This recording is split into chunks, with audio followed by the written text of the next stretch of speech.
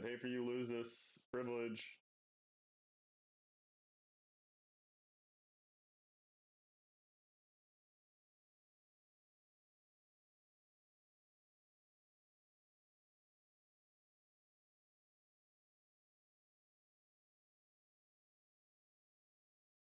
Alright. The Wukong brand versus Jin Jinx. That's gonna be a volatile line. York Aurelia. Oh man. Yoni Tom Kench. Tom Kench is gonna be hard to kill. So.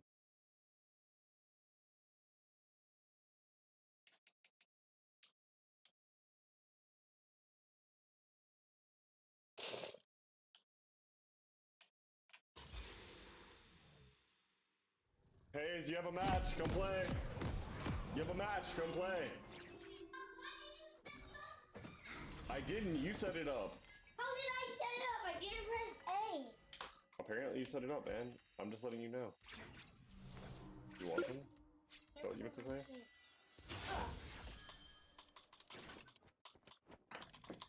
Welcome to Summoner's Rift.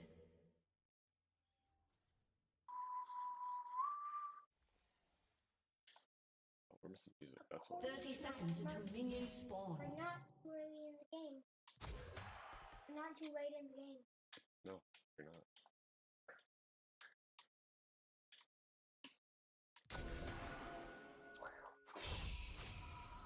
Wait, did I just need somebody?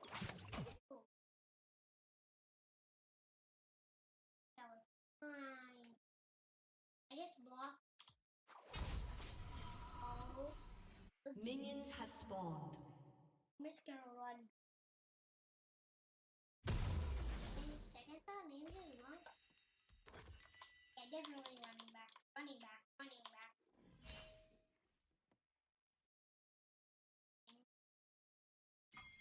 Right back. Into the fight. Yeah, that's right. Back in. Back. Get me so.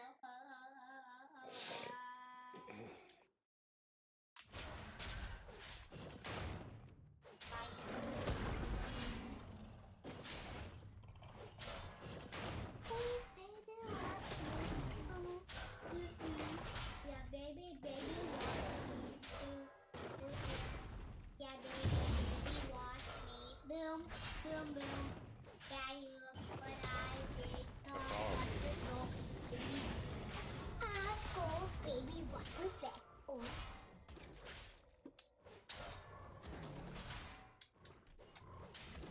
Yeah, baby, watch me, watch me, boom, watch me, boom, watch me, watch me, watch me, watch me, watch me, watch me, watch me, watch me, watch me, watch me, watch me, watch me,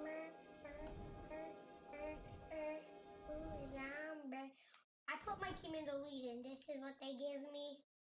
Oh my gosh. I put my team in the lead and this is what they give me. Yeah, man. Can you believe it? I agree.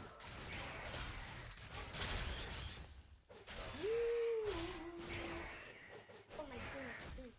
And Jeffrey just actually never played fuck. You know, that's cool.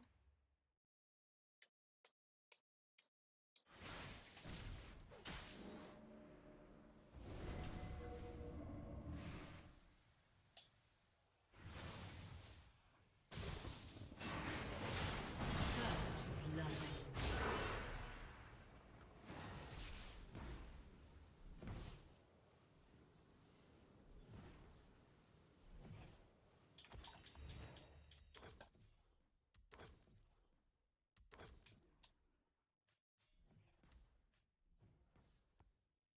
Come on.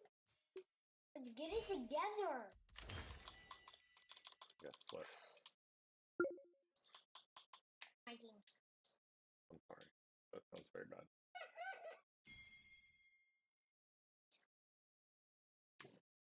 You, Jeffrey, get it together. Oh yeah. Oh my gosh. Stop fighting.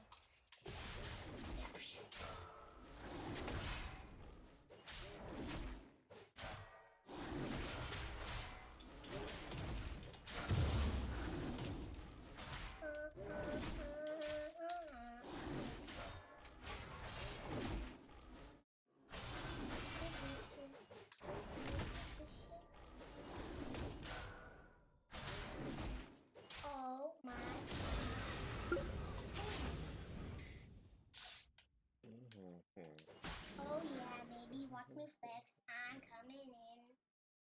Jeffrey! You play with Jeffrey again? Yes, that was Jeffrey. He put it right in front of our goal. What? See? Did you see that? He just put it right in front of our goal. I put my team in the I lead. know. Maybe, man. Sometimes it happens. One of my best.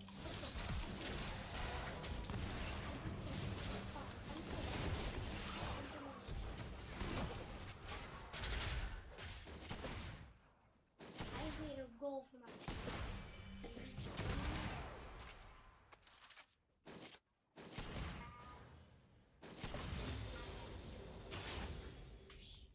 Keep my eye on Sideburn. Sideburn. Oh yeah, baby. Sideburn. Sideburn. Oh my baby. Sideburn. Oh my mama. Oh my mama. My baby. Oh yeah, baby. You stink. You stink. You stink. You stink.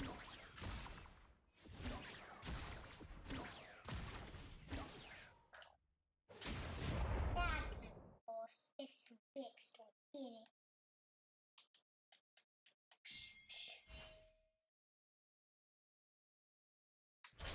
An ally has been slain.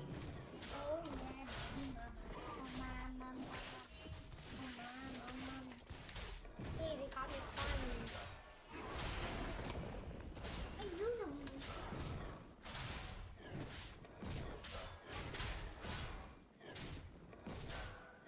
Yeah, bonus score, Daddy. See? Eight's on top. Good job, man. See? Alright, now press B. Me. Me. Exit the next menu. Exit the main menu. So that way you can go eat. Daddy, I made my team get in the lead. And I got on top score. Good job, man. I'm proud of you. See, I just came in that game and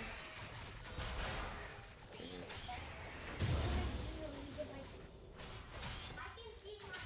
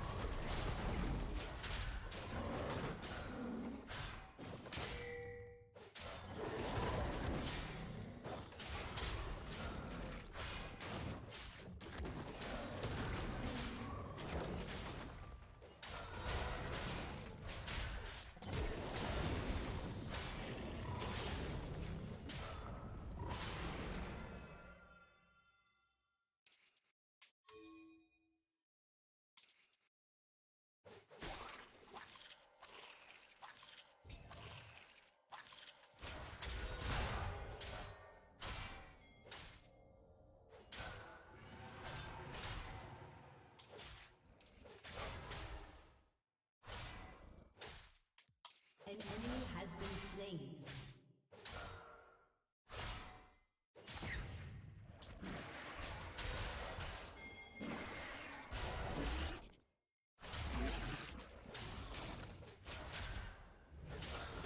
An ally has been slain.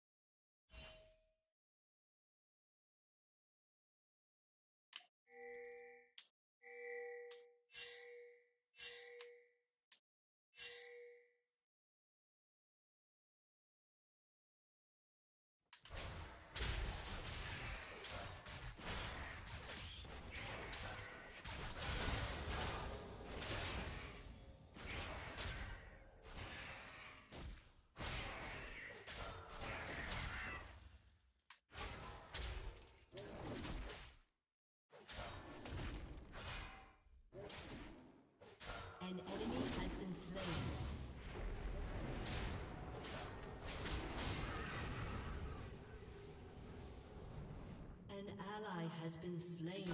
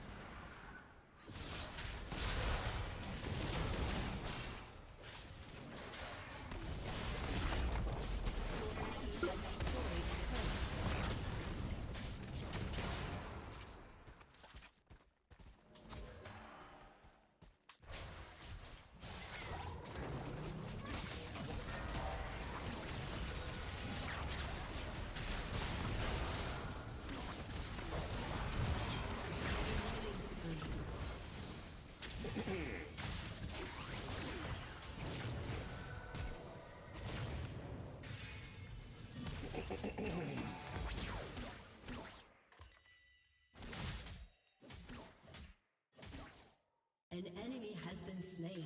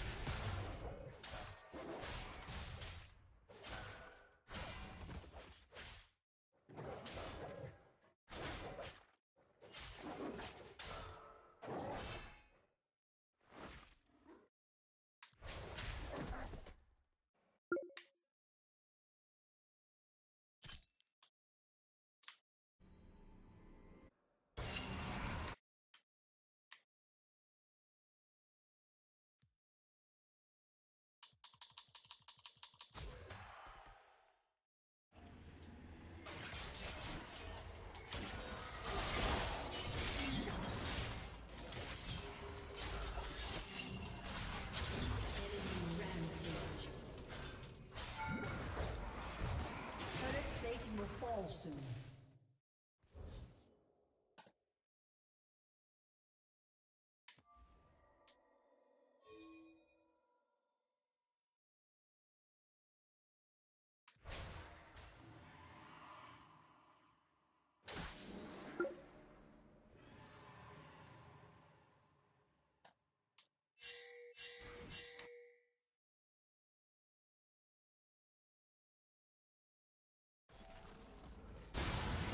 An enemy has been slain. An enemy has been slain.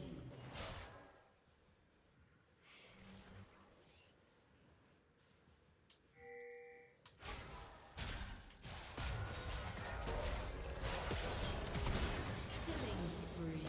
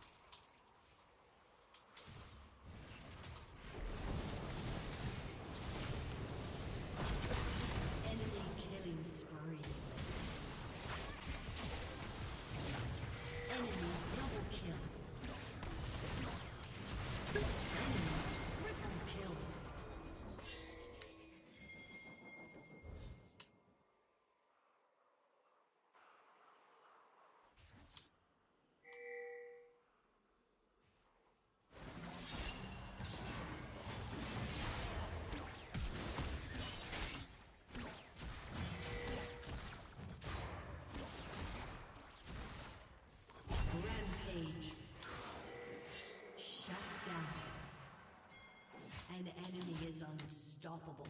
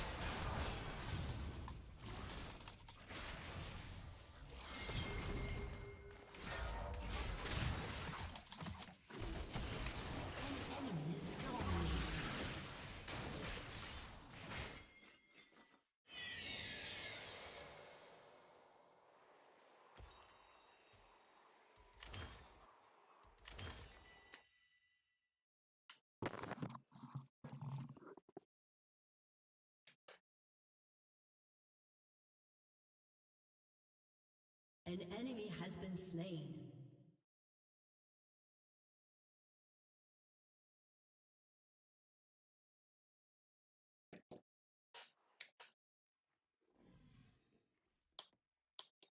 What's up?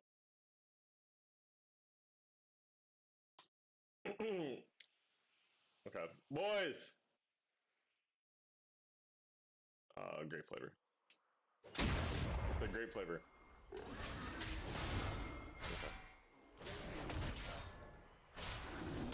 Okay. An ally has been slain. Okay.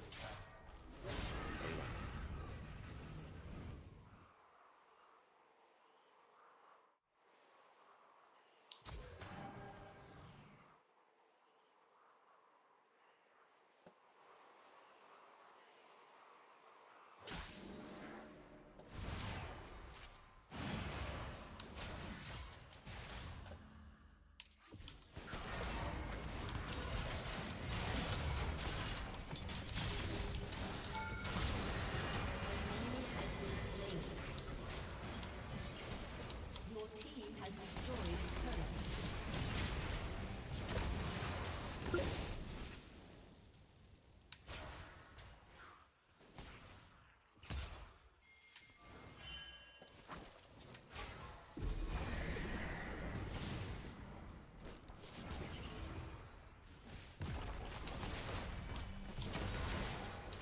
Your turret has been destroyed.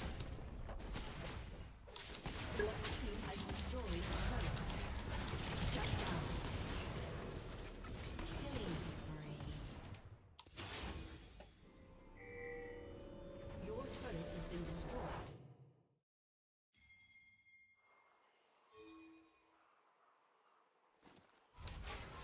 Your turret has been destroyed. Your team has destroyed a turret. An enemy is dominating. Shut down.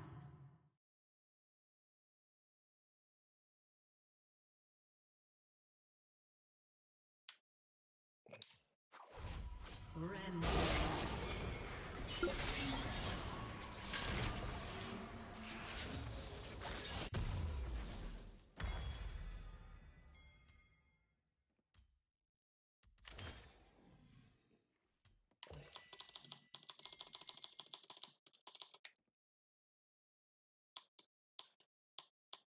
Hey boys, as soon as mom gets home, we're turning off the screens, okay?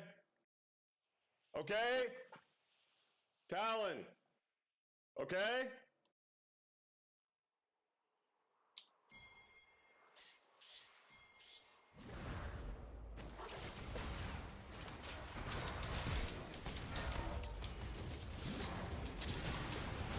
An enemy has been slain.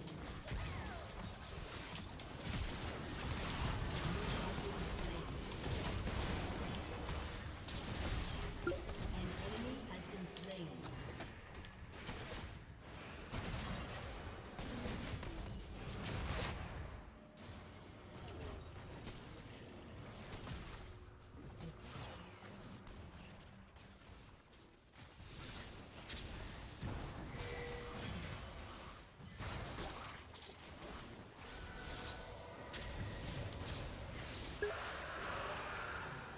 An enemy has been slain.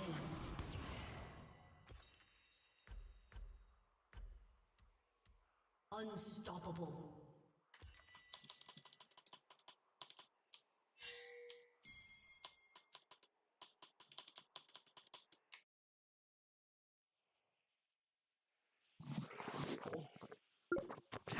Your team has destroyed a turret.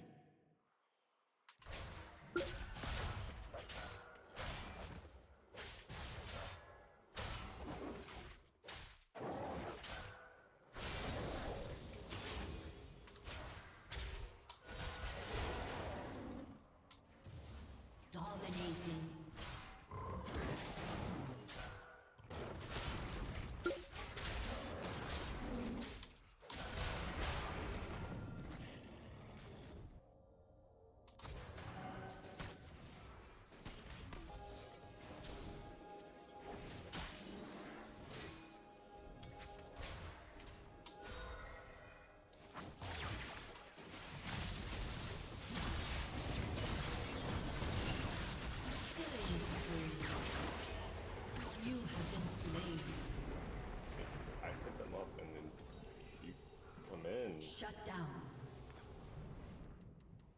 And you Shut down. fuck them up.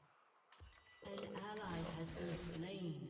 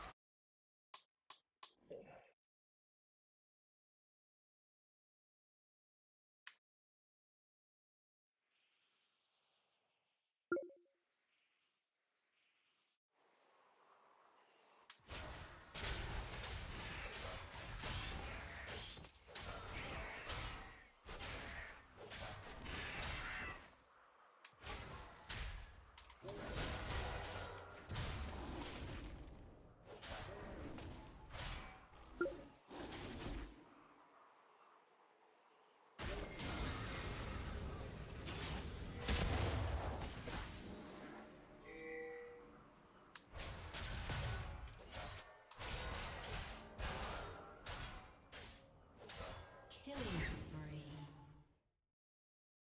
An enemy has been slain.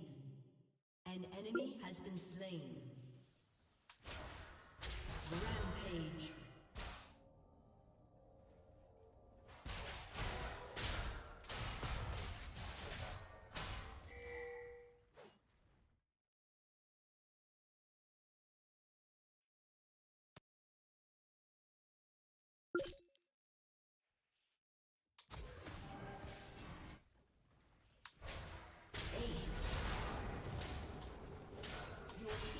Destroyed a turret.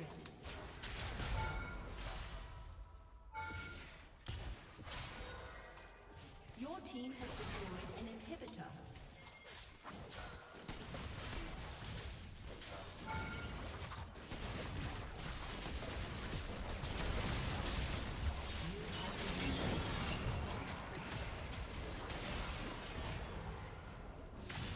Enemy double kill. You get away, Jin. That's the whole point.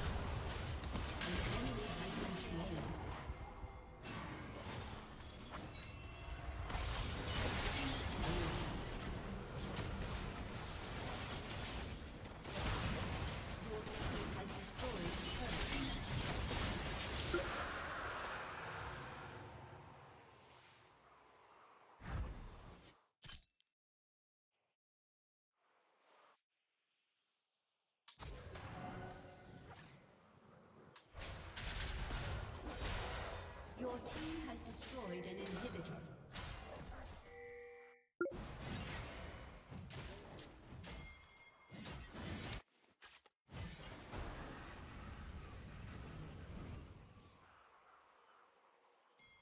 An ally has been slain. Your team has destroyed a turret.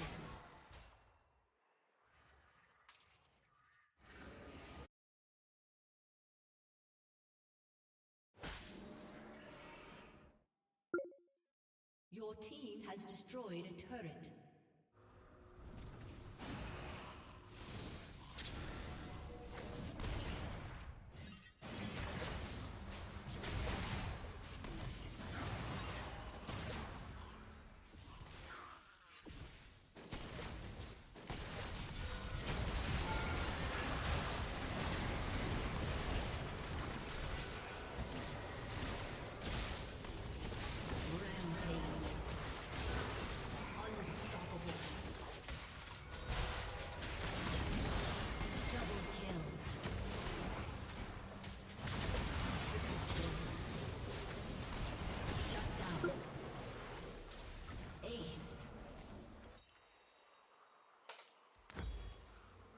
team has destroyed a turret.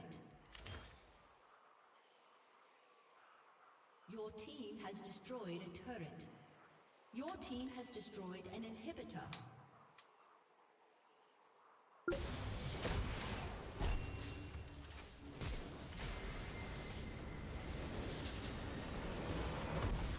Victory!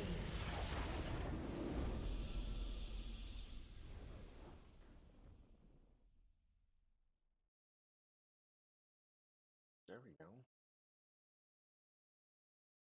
Start the morning.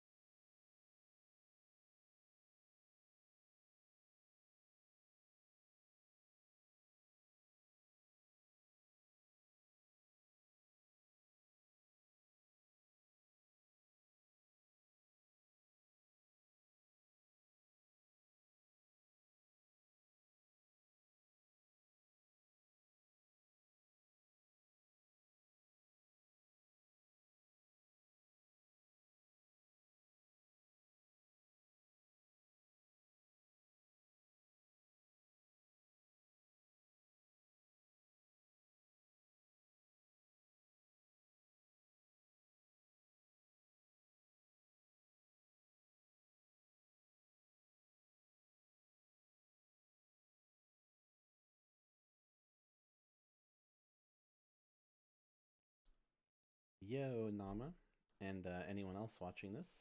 This is your mini Ari guide. Um, so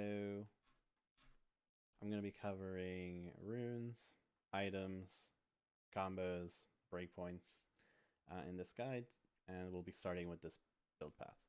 So for the Glacial Augment build path, which I think you should run in around 90% of your games, because I think it's just easier and more effective than the other Ari generally.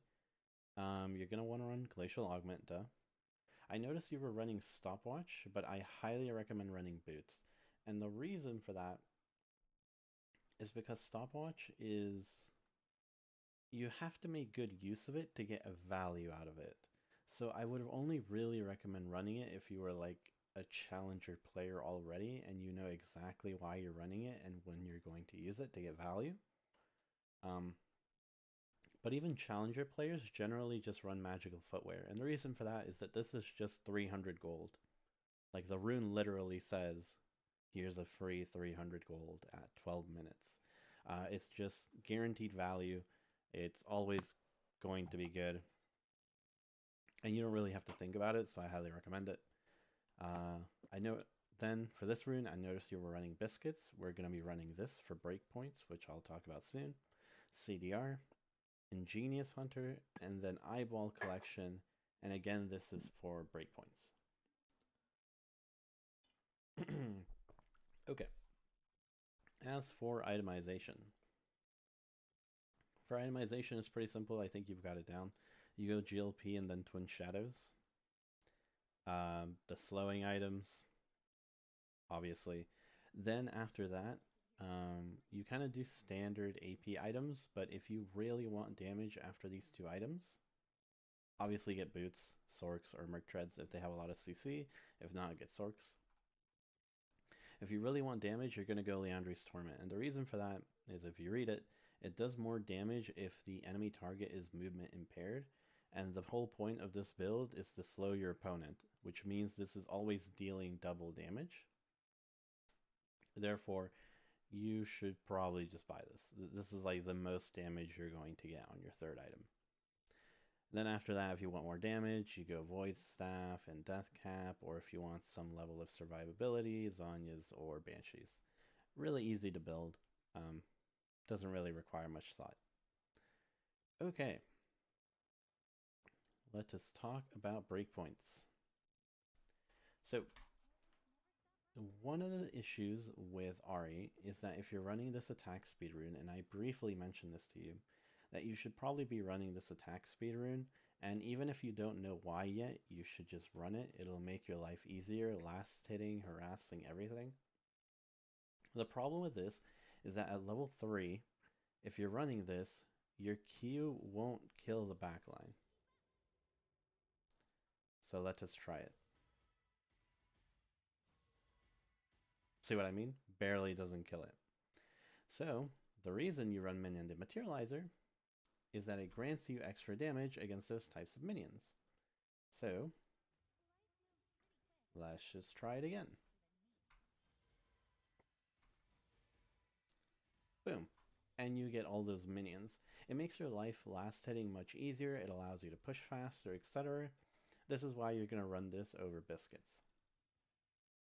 Now you can make the argument, well, if the reason I'm running this is because I'm running attack speed, then maybe I shouldn't run attack speed. Run the attack speed.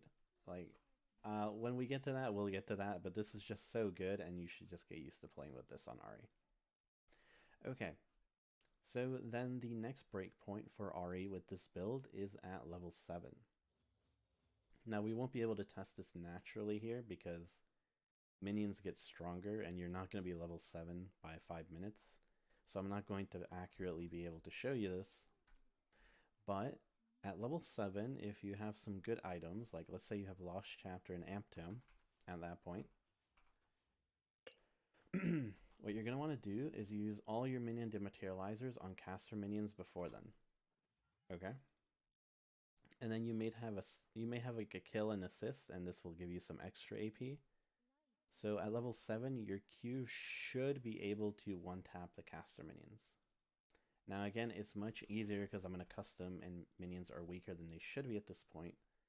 But if you're last hitting well, and you're hitting your items when you should be, this should be possible with this build.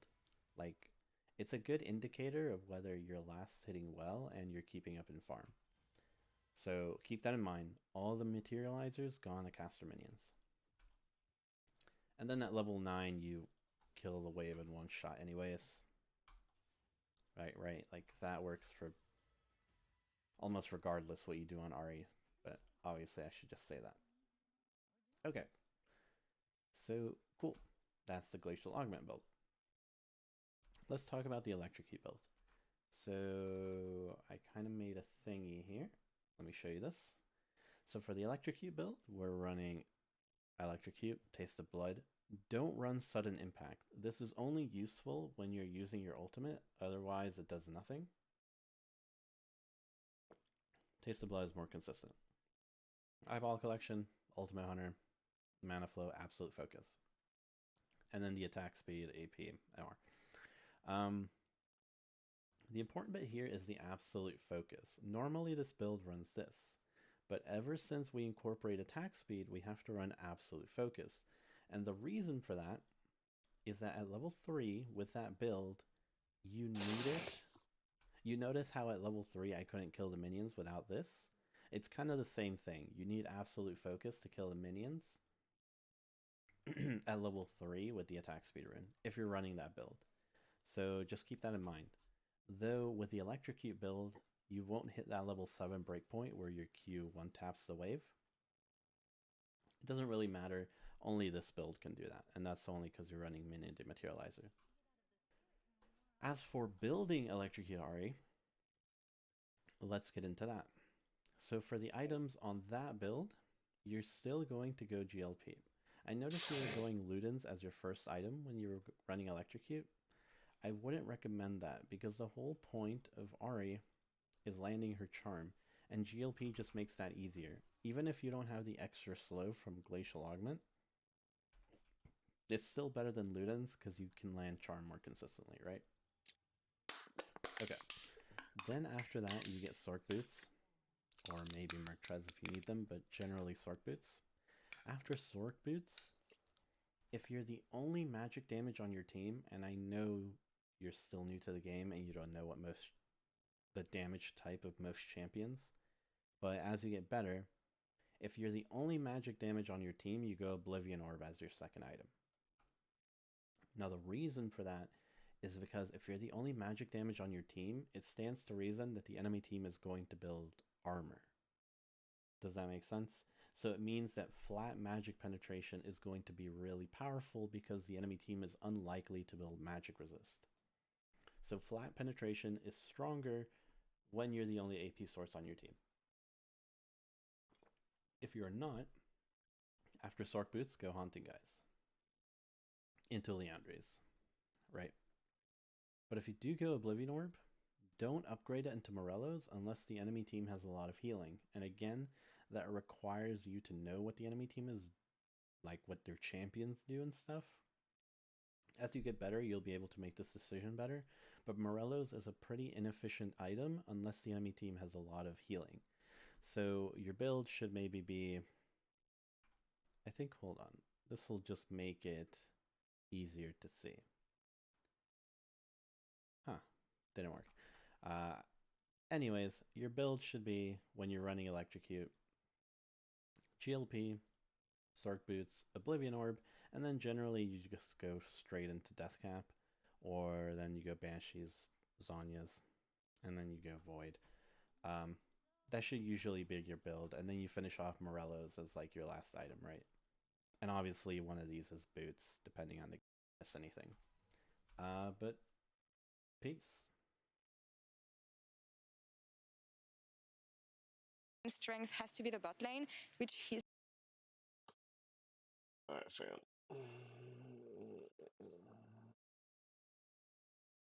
I realized I never changed the league. Sorry about that. I'm an idiot. That's not a stream. We are starting soon. And we'll review my game.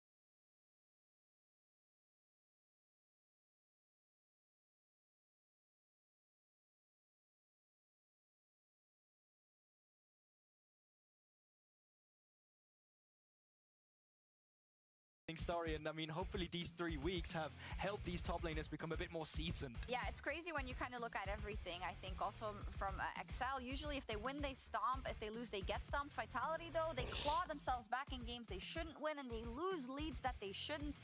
It's just a mess, honestly. And I think that's one of the reasons why U-Treats were saying often this is one of the most interesting matchups in playoffs, because it is so hard to predict. It is really hard to predict. And yeah, as you said, like Vitality, they don't really care about early game, it seems. It's kind of like, what comp do they have? have, and how do they play it out? That's the most important to them. And I think it's really good example of something that they did good, like the Astralis draft here on the screen.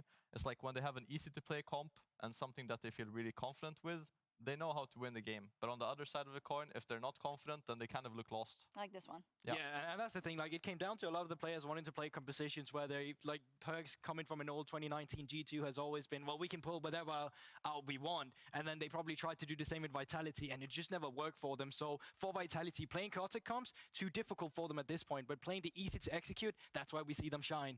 We have so many question marks going into this, but I'm going to try and make some structure out of it by asking for predictions, and maybe we will know more. Goldberg so far is 2-2 on prediction, but it was easy. You know, Fnatic to win, Rogue to win. What is it today, If it was so easy, then why was I the one who did it? Today, it was very difficult. It's a 3-1 once again, but it's going on the side of Vitality, betting on the fact that those 3 weeks would have helped them. I am predicting a 3-2 for XL. Oof.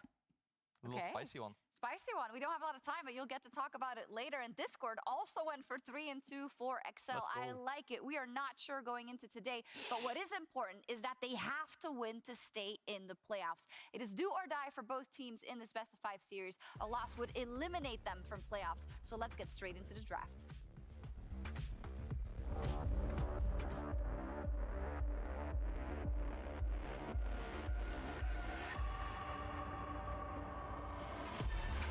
Stepping up, stepping forward, and knocking down G2 Esports. The hook coming from LeBron. Another 7th time of trying. XL will make playoffs.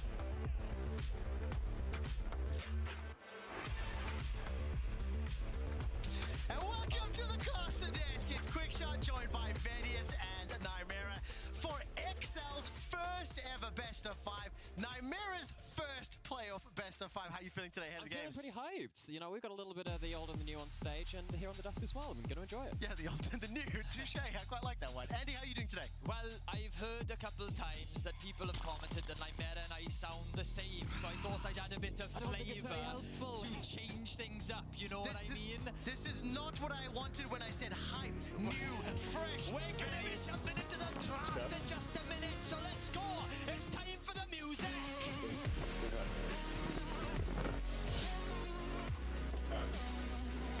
Boys, come along, get the groceries. Cal, hey, groceries. Please, for my sake, don't keep that accent up in game. I feel like I should have let in with like a... It sounds lovely. Please don't get me wrong, it sounds lovely, but it just reminds me of my family. So, we're jumping into game. XL taking on Vitality on the blue side. Straight out the gate, Diana banned away. Vedius, what are you anticipating from this draft? And obviously, we heard the players talking just a moment ago. I think bot lane for XL, probably where my eyes are going to be in game 1. For sure. We know that Patrick was very prominent on the Jinx during the regular season. I wonder if that is going to shift. Yesterday, we saw a lot of Aphelios priority coming out from either side. We also saw the introduction of Xayah, and for those that are long-time Patrick fans, you will know that he actually kind of made a name for himself on the champion, so I still feel like he has a lot at his disposal. The question is, will that be the priority for XL? And speaking of XL's priorities, they chose blue side, and I think what they're doing with their blue side bans actually quite interesting to me right off the bat, because the Diana, the TF, they seem to be quite easy to execute champions, and that's something which was talked about on the pre-show a little bit. Vitality sometimes made their job a little too hard, so I think that taking away some of these champions, again, it might force Vitality to something a little harder to execute, and that might be a bad thing for them in this first game. So we're looking at what could still be up on the table. Things like Xin Zhao was something we saw a lot. We haven't really seen a huge amount in playoffs. Lee Sin has kind of risen in priority as the alternative, with the Hecarim being removed. Marcoon. Yes, Marcoon has been playing a huge amount of Xin Zhao in particular. He loves it, doesn't he? 8 games this season. He's spoken so fondly of the champion. He's such a fan. Youngber keeps putting him on that particular pick. And with Jinx not picked, banned away during phase 1, near insta-lock here for Patrick. I don't think that's a big surprise, Nymera. No, because we've seen the big prior on this throughout the other 2 series that we've had this weekend. Globally, of course, Jinx is not being picked out to quite the same degree that we saw before this kind of recent patch. But as we were talking about, bot lane priority for XL, it fits that kind of playstyle which they've cultivated for themselves already the split. Now, yesterday, Fnatic, they had a really big priority on this LeBlanc, and just as I mentioned it, it instantly gets locked in for Vitality. So you can see who's been scrimming who this weekend. The priority here for Perkz as well. For those who are unaware, Perkz is a little famous for his LeBlanc, especially when it comes to playoffs. His series versus RNG, in particular back in 2018, was very standout, but he has had many notable performances since then, and the immediate response from XL, the Lissandra, something that Nukeduck often goes to shut this LeBlanc down. I really love the mind games, and now come down to execution. Just a quick touch on Perkz' LeBlanc. 34 professional career games, a minute 76% win ratio on that pick.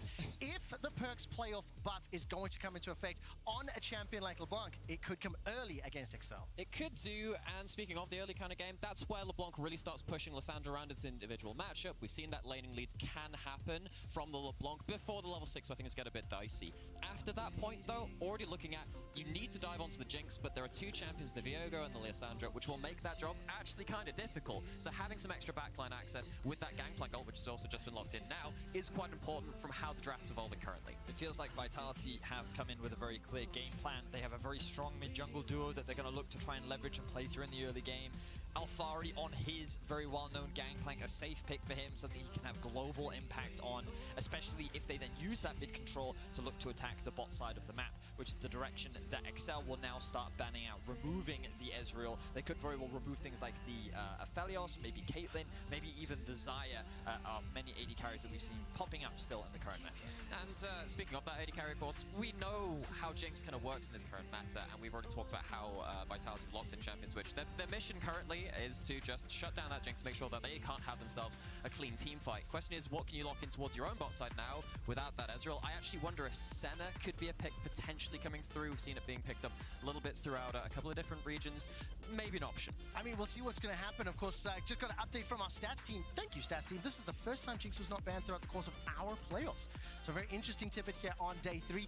Patrick will get that comfort pick. 8 games played this season. This will be his 9th. The final ban is going to be Renata Glass. So Kazi and LeBron lost picks. And I will say, by the way, when I think of Vitality and Alphari and Perkz and the impact they can have, and then I see them on some of their best signature champions, this is definitely throwing down the gauntlet, both for and against Vitality on those comfort picks, as Kazi will lock in that Xayah, something that Patrick will be all too familiar with. He'll be aware of what Kazi can and cannot do. I feel like these last 2 picks for XL are going to be really telling as to kind of the direction of this draft, because I really like what Vitality have so far in terms of Vitality style and how they like to play. The question is, how will XL choose to round things out? I do think that a champion like LeBlanc, Aurelia rather, would be pretty ambitious, and I'd be surprised if that was the direction that they go, and this makes a little bit more sense to me. Lulu is very good at mitigating so much of the burst that Vitality have for themselves with things like the Gangplank and the LeBlanc specifically, and Namera, you're already talking about it. This Jinx now has even more protection with the utility provided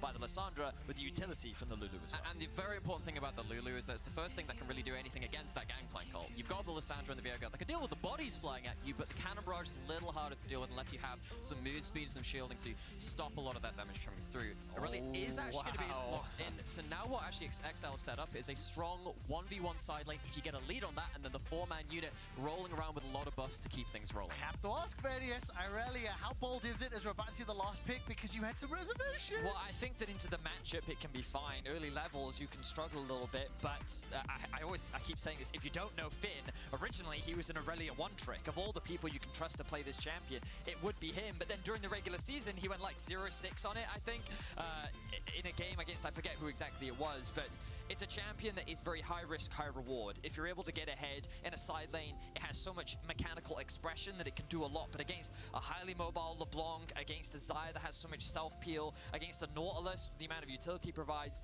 I feel like that it's going to be very difficult, and XL now lack that front line. Aurelia can go pretty tanky, but I was expecting a tanky engage style champion to round out the comp for XL.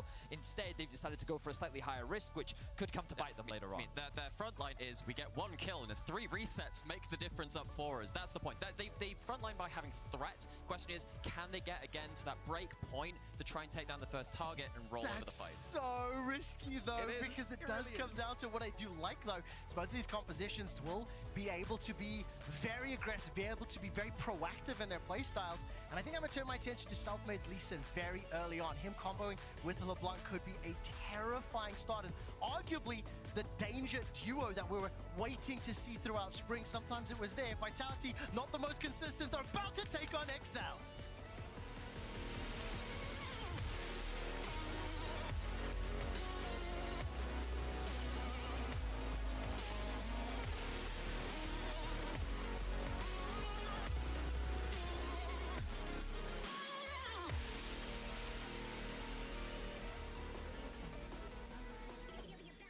And welcome to Summoner's Rift, game 1 of our best of 5. Immediately on the screen, XL are setting themselves up to potentially counter some shenanigans. Lebrov, Selfmade, and Carzzy somewhat mirrored. So counter-stratting the name of the game. Flash traded Lebrov for Nuke Duck. Immediately going to put him under pressure. And having the summon away from both of these... Oh, it's not over yet. That's a 2-man stun. Vitality are running for their lives. Marcoon's trying to chase him forward. Nuke Duck gets the shot out, and First Blood immediately bitten back. Okay, so about those resets and trying to get ahead of that burst curve for XL. Early gold, not even before the 1 minute mark. Very good news for this first game in playoffs. XL, they prepped well. They set up for that bush, predicting some type of early invade from Vitality. And Vitality's game plan was, hey, let's try and catch Nuke Duck off guard. Let's try and burn his flash. Maybe we can then look for a mid gank with the LeBlanc and the Lee Sin, right? This is a great early game for us. But then Vitality overstepped. XL was able to punish the lack of flash on Lebrov, and they find themselves with First Blood on the target that they wanted to try and shut down early. And now actually I'm looking at this again, and I think actually this early game, having a summoner away from a melee engaging support into more of a lane bully and chancer of the Lulu is quite dangerous. You don't really want to be playing around lack of summoners in the bot lane as Vitality. Really love that. And for any long-time viewers, Young Buck once upon a time was famed for his level 1. Once upon a time famed for his very early game understanding of his team and his opponents that allowed XL in their first playoffs game to pick up First Blood, a very minor advantage. And just very quickly, I want to highlight first ever playoffs, so therefore no games played. But interestingly, the combination of players on the team do have 192 matches combined themselves. Yeah, XL is a surprisingly veteran roster when it comes to playoffs. You kind of look across the board.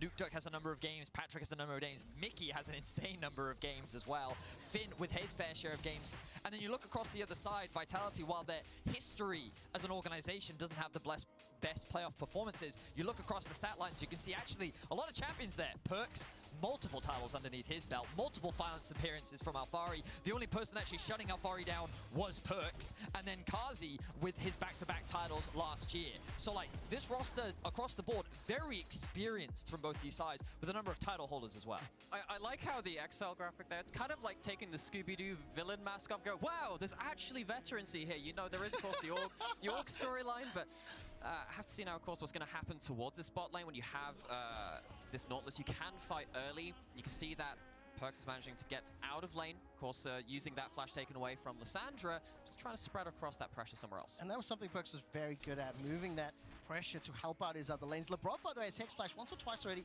in that bottom lane, trying to play very forward. And Marcoon will make his way up towards that scuttle and step just into sight of minions there for Nuke Duck. Keeping my eye on Selfmade, who's done a full clear as well. And for the time being, XL very happy with that read, with that small advantage. They're going to be feeling content with how they've opened this game up. So I want to quickly take stock of some of the lane positions as well, and I love what we're seeing from Marcoon here, because I was just about to comment, this wave for Finn is in a very awkward spot, especially with Selfmade hovering.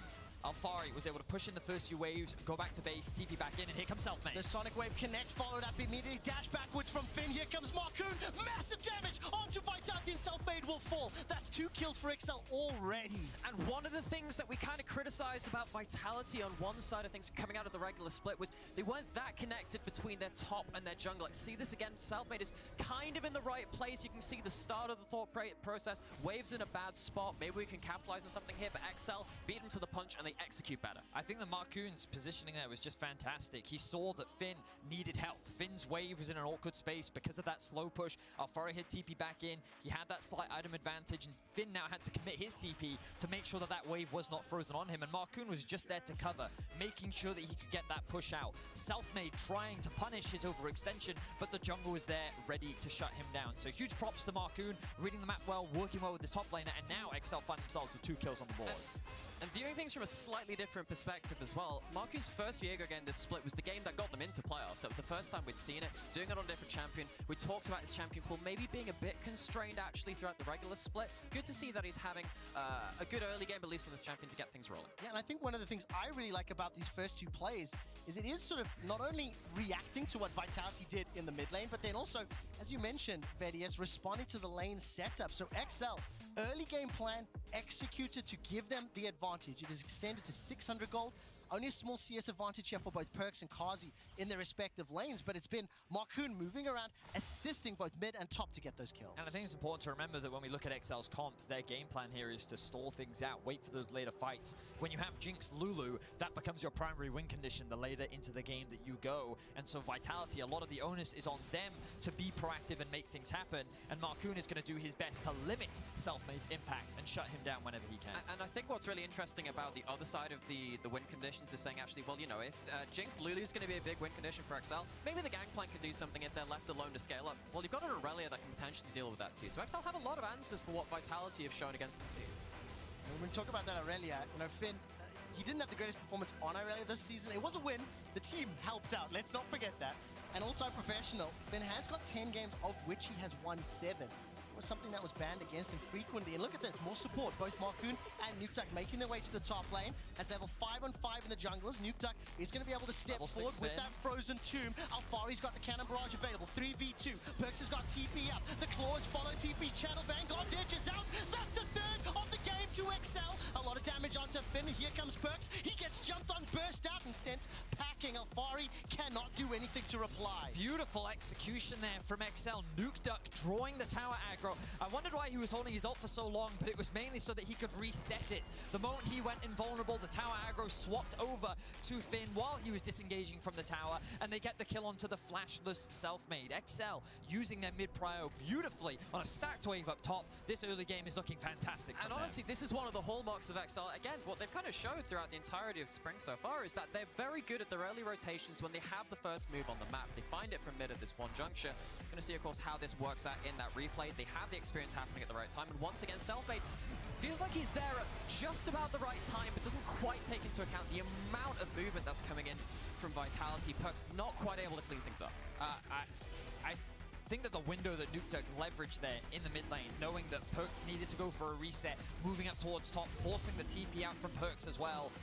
Just really good movement, because again, even if Selfmade wasn't there, their plan was to dive onto the Gangplank, to leverage their numbers advantage, to look for a pick, at the very least force him to lose that wave.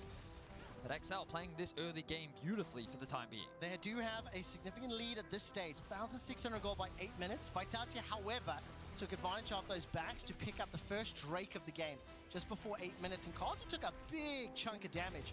He was tagged by Patrick Zap and pushed back in, and once again, Perkz is roaming. Just going to step forward, looking, fishing, but no opportunities presented. And Mickey and Patrick, they respect the level 6. I think they respect the pings there as well, so they've fallen back to their tower, and they conceded and put themselves in a position where they couldn't be at risk. And for a mid-jungle duo from Vitality, which seems so strong at playing around the straight 2v2, they've actually been using it in a slightly different way. Vitality have been using this LeBlanc to go towards bot lane. Just have a look and see if there's anything to be found there. Goes towards the top lane to try and divert that play. They haven't found the same kind of results as XL, though, but maybe Vitality can look for a window in this game themselves to play around the LeBlanc, having that level 6, maybe get some double chains to get the Lee Sin back into things. Where do you want to see that happen, though? Because the playmaking's there, but it is felt as though Marcoon and XL have taken advantage of that top lane. Super Mega Death Rocket's flying out and just going wide. This is really important, because you can see why they're trying to stop the reset, because you can see bot lane going up towards that Herald, trying to see what they could do there around this objective. They should still be first on the objective. They have the numbers, and Selfmade not going to be in a position to steal. So XL, they can now actually send Patrick and Mickey up towards the top lane. Finn can go back to base, make his way, catch the bot wave as well. His TP is about to spawn, so if any shenanigans were to happen up towards the top side of the map, he'll be there to support. XL continuing to see really good map movements from them, and I'm just really, really impressed, because I feel like that Vitality Selfmade hasn't intentionally tried to attack top, it feels. He's kind of seen opportunities where he can actually try and punish Finn, especially in the wave state, and then it's XL that has shut him down. So we haven't really seen him try and play with Perkz in the mid lane. We haven't seen that mid-jungle synergy that we kind of expected in draft, and I think a lot of the credit needs to go to Markoon and how he's reading the map. And of course, the few times Perkz has sort of been proactive on the map, he was moving bot lane, and around that same time, Nukeduck and Markoon moving top lane. So Finn on this Aurelia, as soon as it was locked in, both Venice and I got a little anxious, a little nervous, but XL have shown the game plan. They've shown they can take advantage of the state of the map, and they've managed to get him in a great position. 1-0-2, and he's ahead of Alfari right now. I'm thinking about the gamesmanship of this. This is game one. If you show something more bold like this and it works out, it's going to affect the drafts that happen after this point. If this Aurelia is that suddenly a threat, I mean, Alfari, whose gangplank is obviously very well renowned, maybe they can't pick it quite so confidently as they'd like. Of course, we're only in game one. Yes. I respect that you're thinking ahead, thinking about the impact, and it's a valid point, but still a lot of this game left to go, and I've seen XL throw bigger leads than this. So, Alfari in the 1v1 right now, falling short to Finn, ends up being forced to flash, and we're starting to see why the matchup can be so favorable for the Aurelia. Once Finn's Q is back up, which it is, he could look for a kill. Ooh, next time that happens, man, it's just do the play-by-play. Alfari and Finn trading blow for blow, but what I really like is seeing the confidence in Finn's play. He started with that Vanguard's Edge, he threw the force Hewitt into the Vanguard's Edge, he was chasing the kill, and ended up getting Alfari's flash. Can he do it again? We'll have to find out. Mickey sidesteps the ethereal chains. Can't do that to your boy. You know what I mean? Mickey and Perkz, that is just a beautiful, beautiful interaction. Former teammates going toe-to-toe in game one of this BO5. Perkz, 105 CS, hasn't yet had the opportunity to have an impact. He's going to be able to be a little bit more unlocked as we start moving a little bit more around the map. So a little bit of story time. Trev, you and I, we're old men now. Oh, we are. We've been casting Tell for a me while. story time. I remember 2018 finals. Nukeduck was there. Lissandra versus Caps was actually the champion that he used to get the first game with Schalke, and it actually completely shut Caps' ability down to be a big proactive playmaker. And I have to give a lot of credit to Nukeduck because he's actually just one of the oldest, longest standing players that we have here in the LEC. This man, we joke about being old, this guy's been around forever. He's been around since season 3. He's played against Peke, he's played against Froggen, he's played against Alex Ish. I've seen every single game he's had. He played against the original Faker. Yes. It was his Swain at Worlds that went into Faker's Ari. Like, Nukeduck has been around, and while he has had ups and downs in his career, you have to give respect to the man, because while many have retired, taken a step back, haven't been able to compete at the top level, Nukeduck has always found a way. Still hugely respected, hugely feared, and this game has been able to help Finn get an advantage. Markoon is now moving some of his attention towards this bottom lane. The Rift Herald was dropped, picked up a couple of plates, extends that gold lead further, and you can see Vitality starting to fall just a little bit back. Do you just want to call back to a quick thing which happened there? Because some of you might have noticed Jinxalt flying off into the horizon. Yeah. Actually, that was used to track the jungle camps. And of course, we know that Selfmade has been behind in this game, is probably looking for that first look into this game. He's really been struggling to find the correct angle to do so. That kind of tracking just makes it even more difficult to get. So excited to see XL come out swinging in game number one. I'm very interested in what the sort of fan sentiment is around this matchup. You know, the expectation of Perkz playoff buff, Vitality's players individually. I personally even anticipated them being able to outclass XL in a 1v1 overall.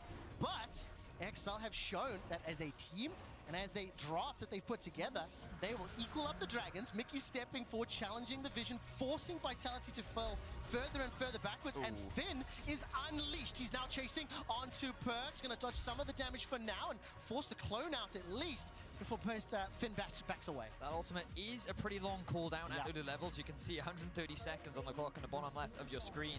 But this is the power of Aurelia in a side lane. If she is able to get through the laning phase, once she gets that first item, there's very few champions on Vitality's side that can deal with her in an isolated 1v1. 2v1, there's windows in which they can take advantage.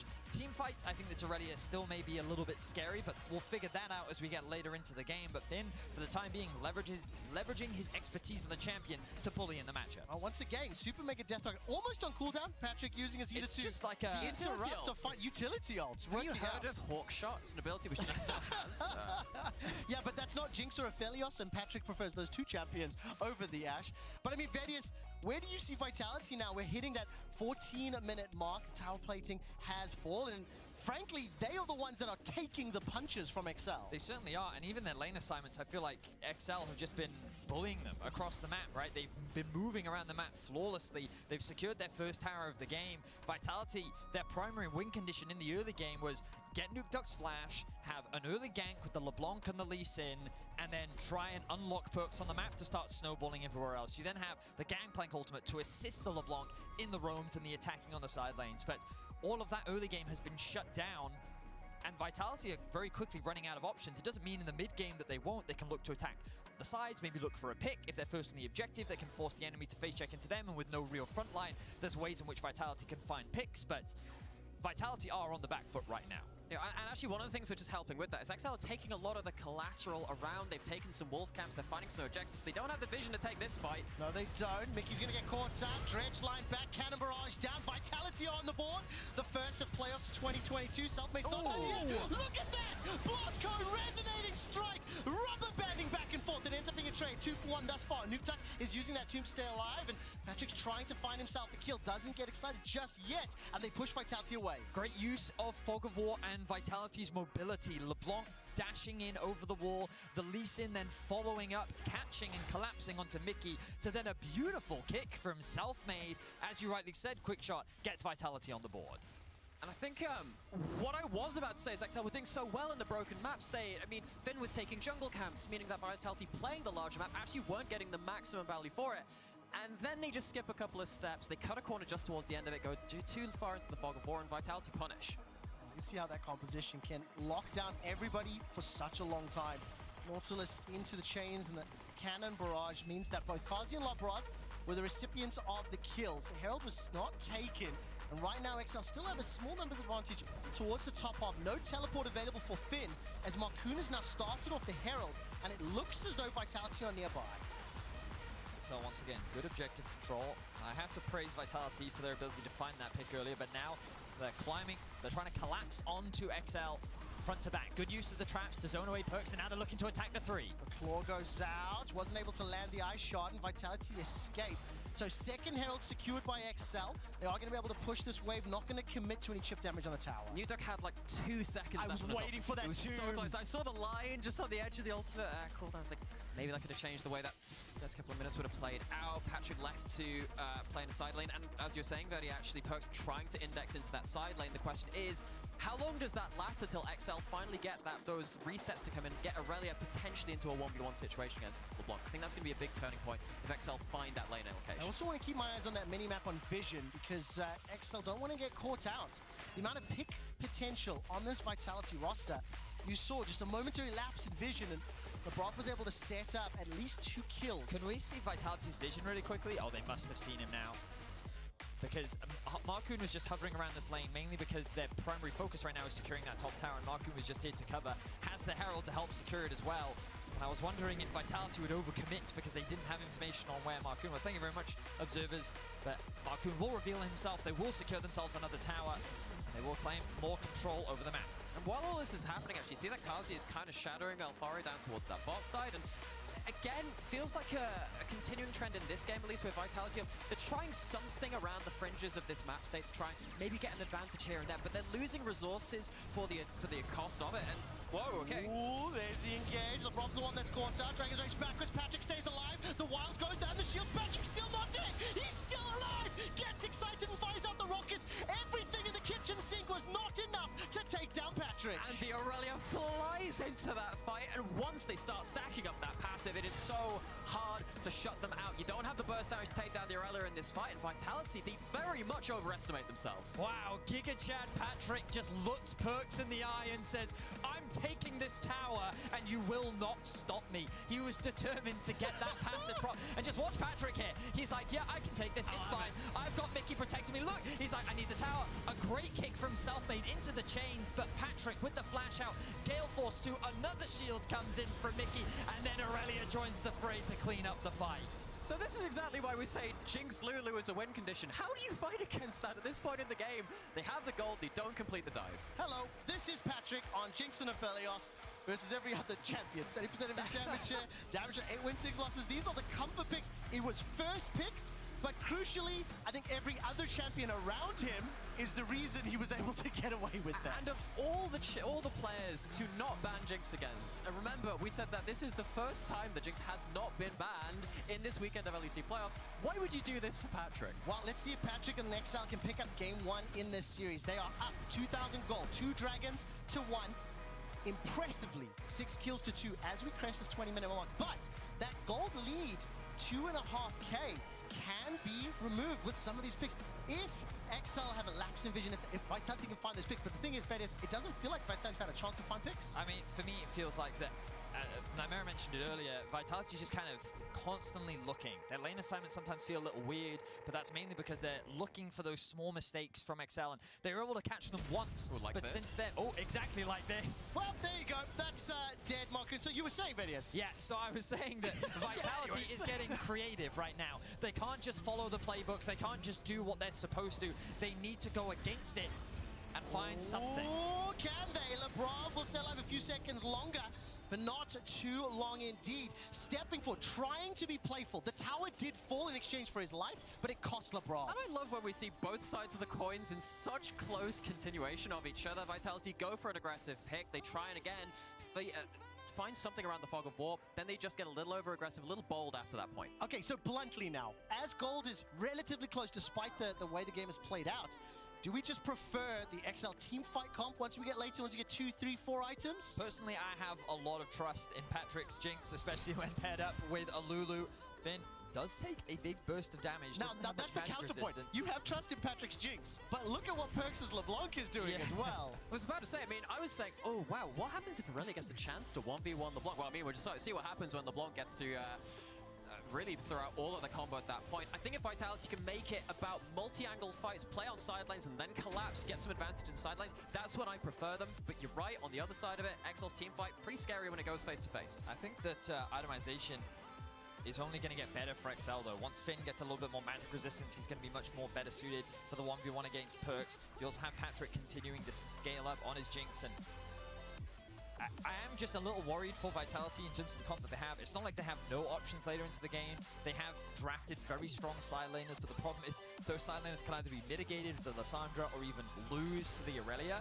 And so Vitality's kind of win conditions are very much, let's try and gain some control over an area of the map, look for a pick, and then leverage a numbers advantage to either force an objective, which can then turn into a big fight favor for us, or maybe snowball that into more picks, which can then, again, give us more control. Of course, they're on a massive goal deficit. No. It's only about a K and a half, so they're definitely still in this game. It's just the longer this game goes, I do think that it gets harder for Vitality to play. It sounds really complex, how they've got to pull that off. And look, Finn, 2-0-4 on this Irelia, and is just destroying Alfari in the 1v1. Dashes for one loss, manages to pick up the kill. Now Selfmade, fancies a chance. Finn has got the damage to turn around, waiting for the Defiant Dance. Is it on cooldown, looking for the 1v1 play? He sidesteps it, but it's the damage for Selfmade. Ends up being a kill to Vitality. Okay, so 1-for-1 in a 1v2.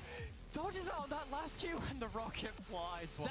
That has to be broken down in slow-mo just because of the back and forth. Now Patrick chucks out the Flame Choppers. LeBron is caught out, and no further chase from XL. They back out. I'm so sad for Finn because I've seen so many Irelia highlight plays where I was like, yep, he has the damage to kill. And he knew that the only skill he had to dodge was Lee Sin's Q. So if we can get a slow-mo of that, and watch what Finn does here. So he fully stacks his passive immediately. Auto attack, auto attack, auto attack, and then he waits to guarantee the stun. Alfari tries to slow and then flash with the barrel. The last auto attack comes in from Finn though. He mitigates the kick damage with his W. Then the 1v1 starts, and it's the Q that he has to dodge. So he's weaving in as many auto attacks as possible. Lands the Q on cooldown, and then watch this sidestep. Oh, it's so close! And then Selfmade thinks that he can get the kill with the burn, realizes that the range advantage Finn has with the max Irelia stacks will be enough to kill him, so he has to turn around, get that last auto off, and then he's able to get the kill. And you know what's even more sad about that too, is that actually he won the mind game against Alfari's blue trinket. He blue trinket to the other bot lane bush, completely unseen. Almost gets away with a 1v2. Well spotted. There's 20 seconds to the next dragon. Vitality in the river first. They have closed that gold gap, and you can see how The composition can play up, but you can see how Finn on this Irelia can turn things around. Marcoon finds the stun onto Kazi. He'll use as well as that for the Storm. Vitality still holding position in the river. Excel trying to push forward, challenging for the strike, which is about to spawn in 4 seconds. It's Vitality that wants to find the pick before the fight, but it is Marcoon that ends up doing it. And onto Kazi, no less. A flash stun forces him out of the fight, and XL will secure their 3rd Drake of the game. I mean, you say that it's Vitality that want to find the pick, and absolutely they do. But when you see there's no cleanse on the Xayah, if you see that Lissandra just a little closer, that could be CC into absolute 100-0. All of a sudden, XL one dragon away from the Mountain Soul. And that will be, I think, hugely beneficial against so much of the burst damage on the side of Vitality. Make Perkz' life even more difficult. Gold does not matter at this point in time. We need to keep looking at vision, keep looking at the set. Can Vitality play the side in? How the hell do they put Finn on the back foot, who's got 2 items completed now? And Patrick as well, working his way up. 2.5 completed. He's got a lot of tools around him. And even though Patrick was the start sort of 1 or 2 fights, he hasn't really even had a chance to shine because we haven't had a full-on brawl yet. It's true, but XL is only going to keep getting stronger. Alphari, getting a bit of chin damage, but you can see how little he does to Finn. He is eyeing, because notice that Perkz is shadowing behind him. Alphari does have the ultimate available. This is a good window. Finn is very overextended here. He's trying to run away. No flash for Finn. Already used that flawless duet. And here comes Perkz, level down. Vanguard's edges out and dashed away. Finn has got so much damage. Patrick with the long-range super mega death rocket, and Nukeduck completes the TP. Chucks out the tomb. Alphari eats the orange. Nukeduck dashes away with a glacial claw. And it is Finn that picks up yet another. I mean, that was just beautiful. I mean, anything you can do, I can do better. XL respond to the sideline play so fast. XL not done yet. Teleport in from Finn. He's looking from behind. Can he find the stun? That's the target. Chucked up the duet. Kazi's caught. Still got flash available. Lebrov is going low. Lebrov will go down. Now Finn is on it. It's another rampage. The tower still standing in their way. The dredge line from the Stolen. A Nautilus. All of a sudden, Marcoon's running away with that Heartbreaker. It's 26 minutes in. They're turning back to Baron. Oh my words. You know, I didn't know what steel tastes like, but I can tell you Perkz definitely does. What a phenomenal performance from Finn. His Irelia is just dominating. I was skeptical of the pick, but how can you doubt this man? I am at an absolute loss for words at how XL have approached this game and how they have executed each of the skirmishes and built up their advantages. They've secured Baron. So here, again, Finn tries to predict the dash over the wall, but he knows that he's strong enough to just all-in Perkz, so that's what he does. Throws out the ult, gets the Q reset once again, and the immediate response, teleport from Lissandra, collapsing from Marcoon and Patrick, and now it is Alphari that finds himself overextended. I thought that XL would go for the cross map, but their game plan is just to collapse, get the numbers and kills advantage, and then convert that into map control. Yeah, and I think actually the story of this replay is just the reaction speeds of XL. They know exactly what they want to do within a very quick time span. They managed to snowball that into collapse into this mid lane and take control of this entire game with the Baron afterwards. I mean, 3,000 gold lead. Now 2 minutes till the next Dragon Paramount, which is about available to them. They've got their 4th tower of the game. It was equaled by Perkz. Keep this in mind. Perkz playing the side lane. So is Alphari. Teleports available for both. And here comes Marcoon from behind.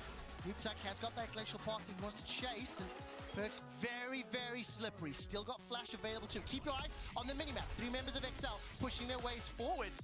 And Perkz will just get burst down and forced out, as now Alphari will have some time in that top tower. Alphari does get that time in the top tower, but I mean, it's still not really a response to the rest of the Baron Up members from XL. Question is now actually Vitality, who want to play that split map. Can they do that against such strong side lanes from XL in their own right with the Baron on top? Let's take a look. Perkz once again. A little bit of a target, both Marcoon and Nukeduck using those Baron Empire minions to push forward. The mid lane, which had been held by XL for a long time, allowed Mickey to just drop down to bottom. We're a minute away from the Soul. And XL just pushing those waves up, Idius. Just keep my eyes on what Finn is doing right now, because he actually went top, caught the wave, then rotated back to mid, deciding not to reset with the rest of his team. I think that his main game plan here is without TP, he wants to be able to contest the river with his team. So everyone's just reset. They know that Dragon is going to be up. Look at all the control wards and the inventory of XL. Finn probably doesn't have enough gold to spend it on anything, so he just stayed on the map. Now they have mid control. Now they can move into the river. Look at all the pings. XL realized the area of the river that they don't have control of. So instead, without any response from Vitality, with no contest on the mid wave, they're sieging on the tier 2. And it's already fallen. There's nothing they can do about it. Finn is playing with such confidence, using the entire kit of Aurelia. Level 16 available to him. Blade surging in and out of threatening Alphari, clearing out the wave. Now Vitality once again looking to challenge maybe that dragon, but they're going to be risking their inhibitor turret. Perkz looking for a flank. Keep your eyes. Perkz is caught out as Nukeduck can pincer him in. Not going to use that blast cone yet, and XL back out, Namera. Now, and the thing that's dangerous here from XL is that they are pushing beyond their vision. Finn's gonna fight. Finn's gonna fight. Finn's gonna fight. Finn is fighting. Vanguard's edge tags. Perkz self-made as well. That's a kickback onto Finn. It's a split as XL are pouring through the blue buff. It's Vitality that are now split up. 3 members inside the jungle. 2 in the bottom lane. Finn stays alive long enough to blade surge twice. Almost finds the kill. Finally gets taken down. Perkz escapes with his life. It's now a 4 versus 4 as Perkz is too low to re-engage. But Vitality have some level of control. Mickey will shield himself. The dragon is up and they're inside the pits. Perkz is going back to base and will have the TP up and available. You have to criticize Finn for that play. He was way too confident, way too over-aggressive. XL had more gold, stronger comp, and they greeded for the fight instead of going for the Drake. This will give Vitality a small window back into this game.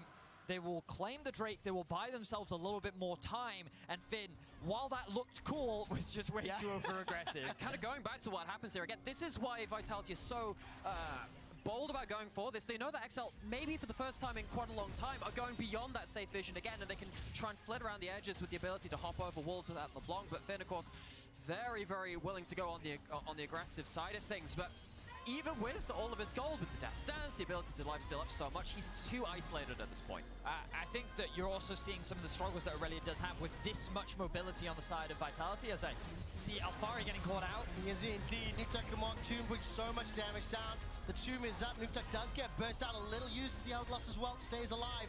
But that was a relatively easy 2v1. It's not done yet. LeBrock's come over the wall. Flash and Ignite. Glacial Path away. Nukeduck is going to get taken down. Last tick of the burn. All of a sudden, Selfmade is now under some threat. Here comes the rest of XL. 4 members pouring towards the top lane. Ends up being a 1-for-1. The teleport cost from Finn. Was all of Lebrov's summoner spells invested to secure that kill? Nukeduck ended up losing his flash. Okay, I don't think anything. A cool kill.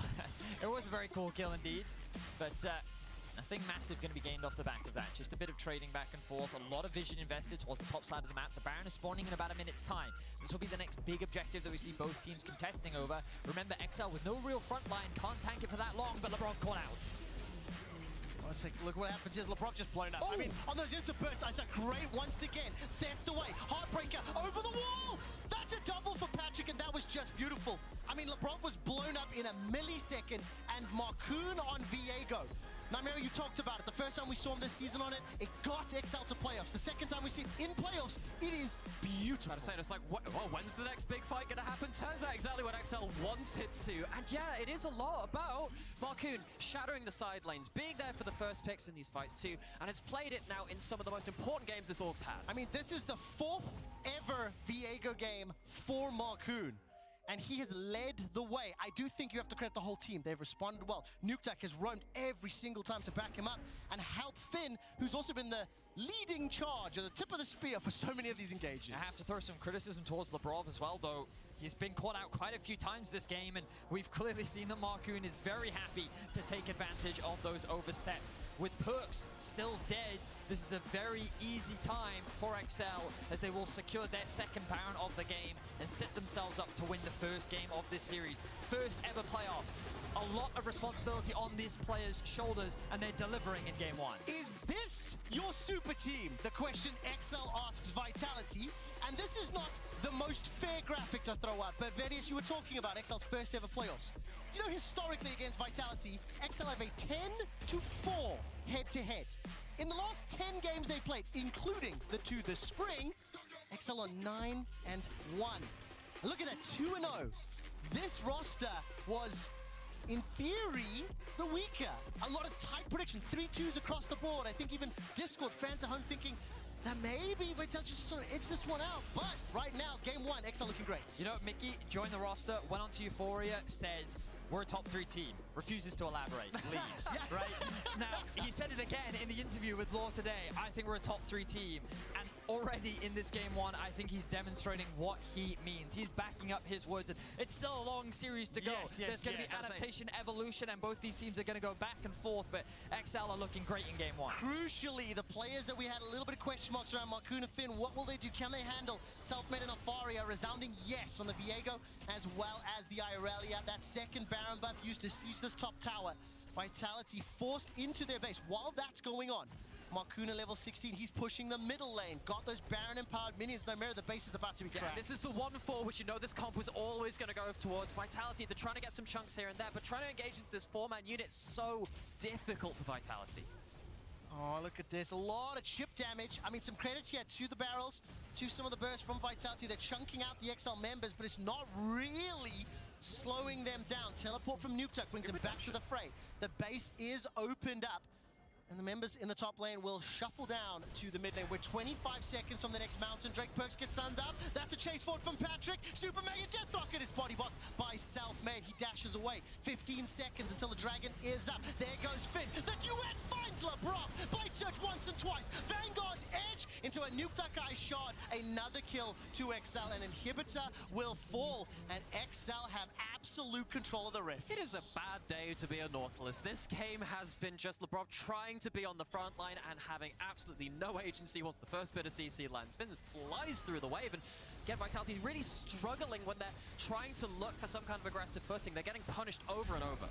Vitality, you know, Quickshow, you asked about options earlier. What options do they have? And I think we saw some glimmers of it from Vitality in terms of how they were finding picks, how they were playing a couple of their skirmishes, really leveraging their mobility and pick potential. But XL have just had such great control over the map at every stage, and you can highlight a different player at every stage of the game.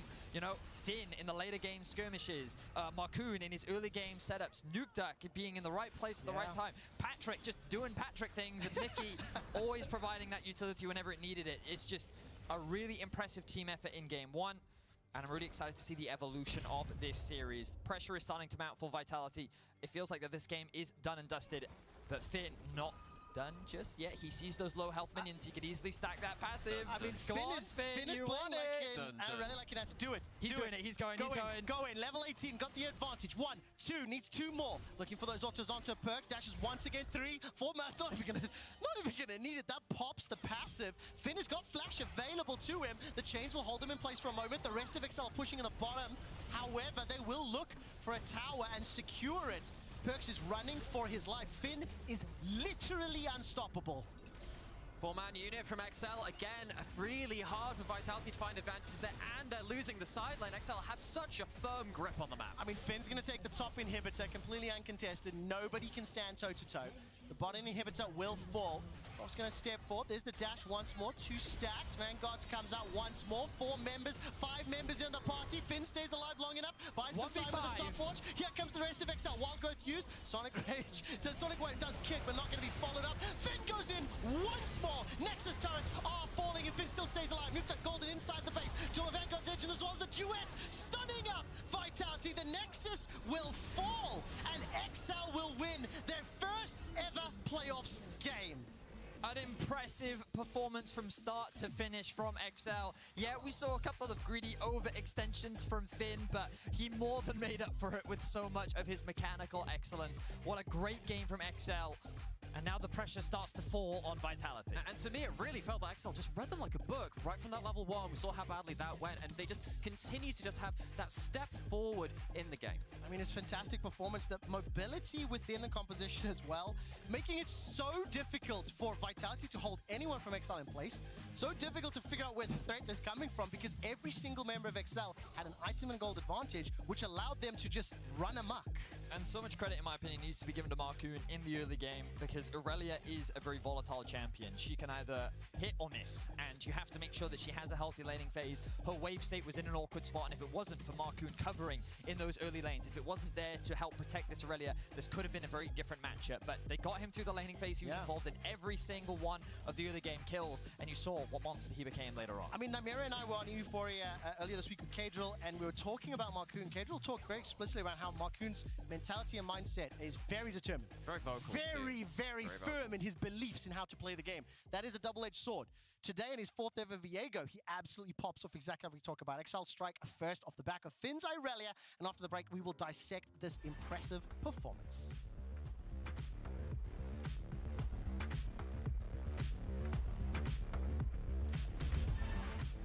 I'm gonna go take a break. Cool.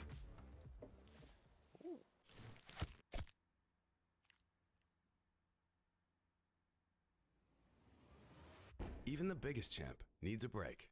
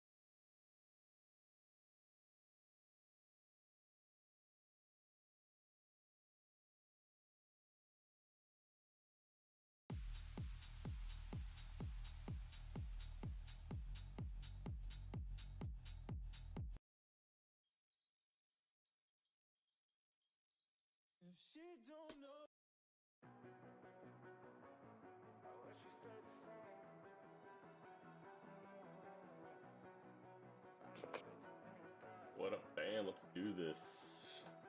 Let's see what we could have done better to keep from being ninth place in our last match. And you still won, but still not great.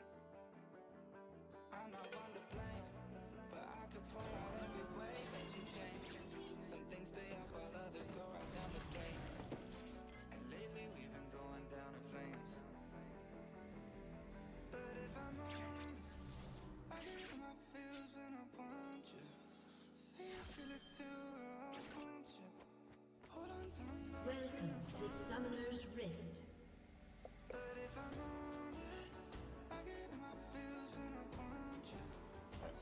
So I took 30 seconds until minions spawn. what's that? Where?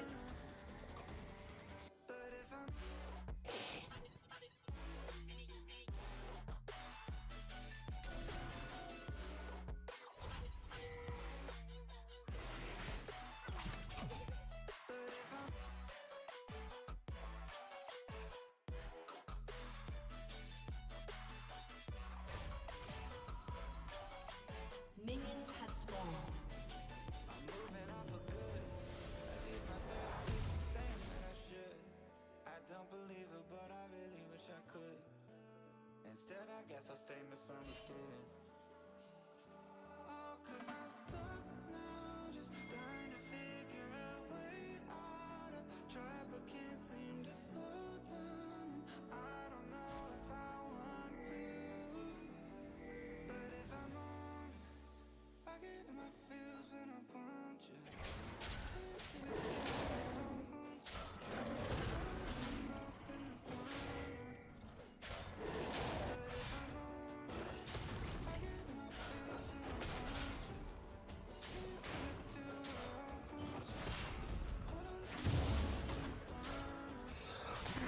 Excuse me. Oh. I'm going to take an eye graduation.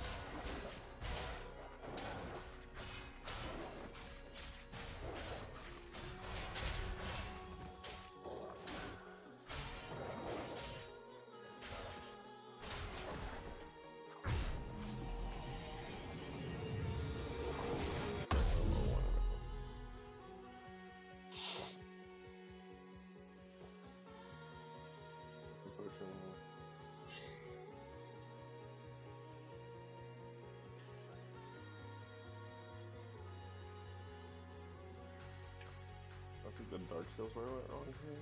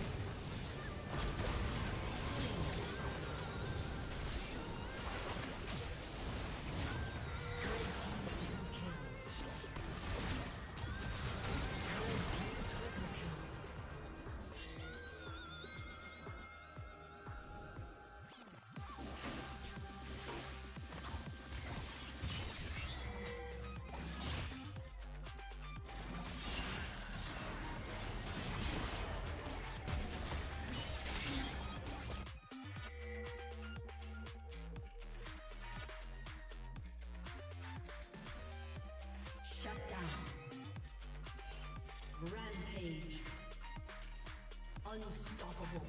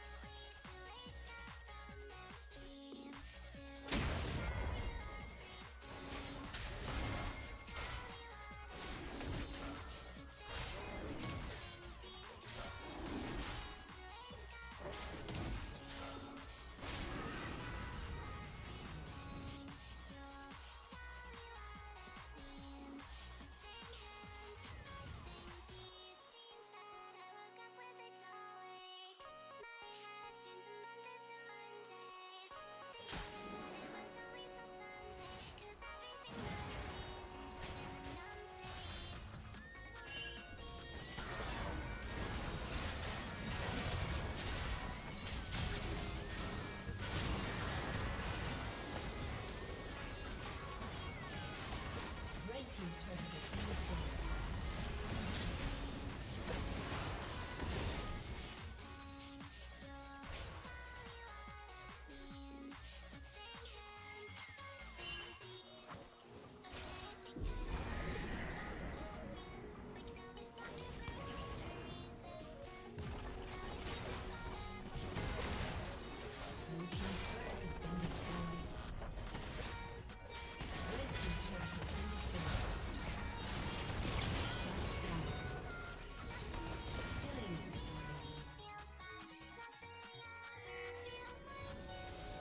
Team's turret has been destroyed.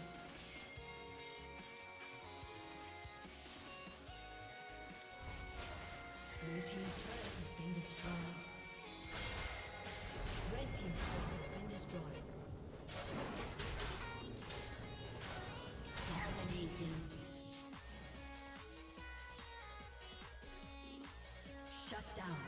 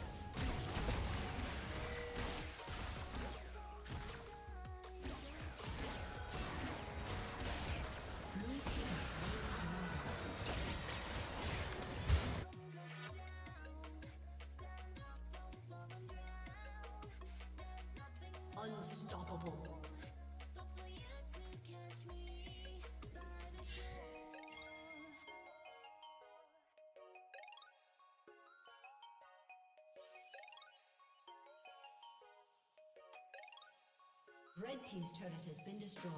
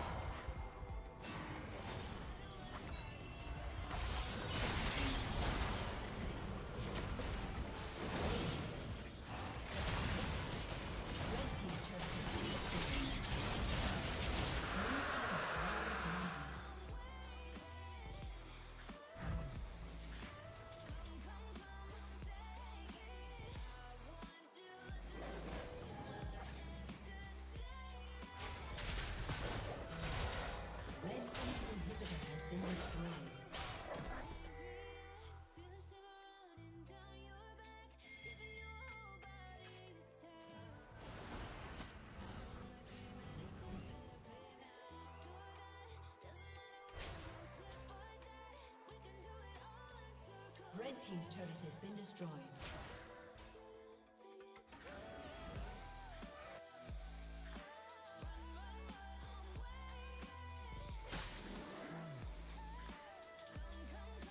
Red team's turret has been destroyed.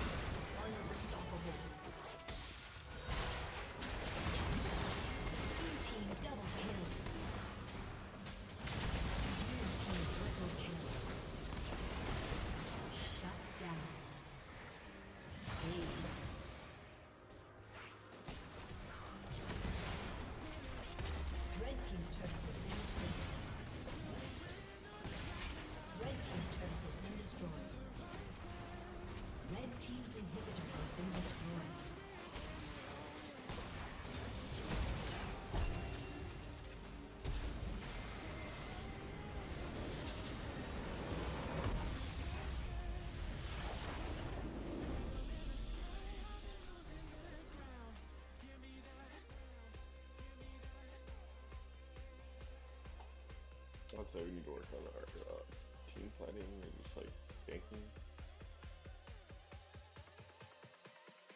That's where I'm struggling the most.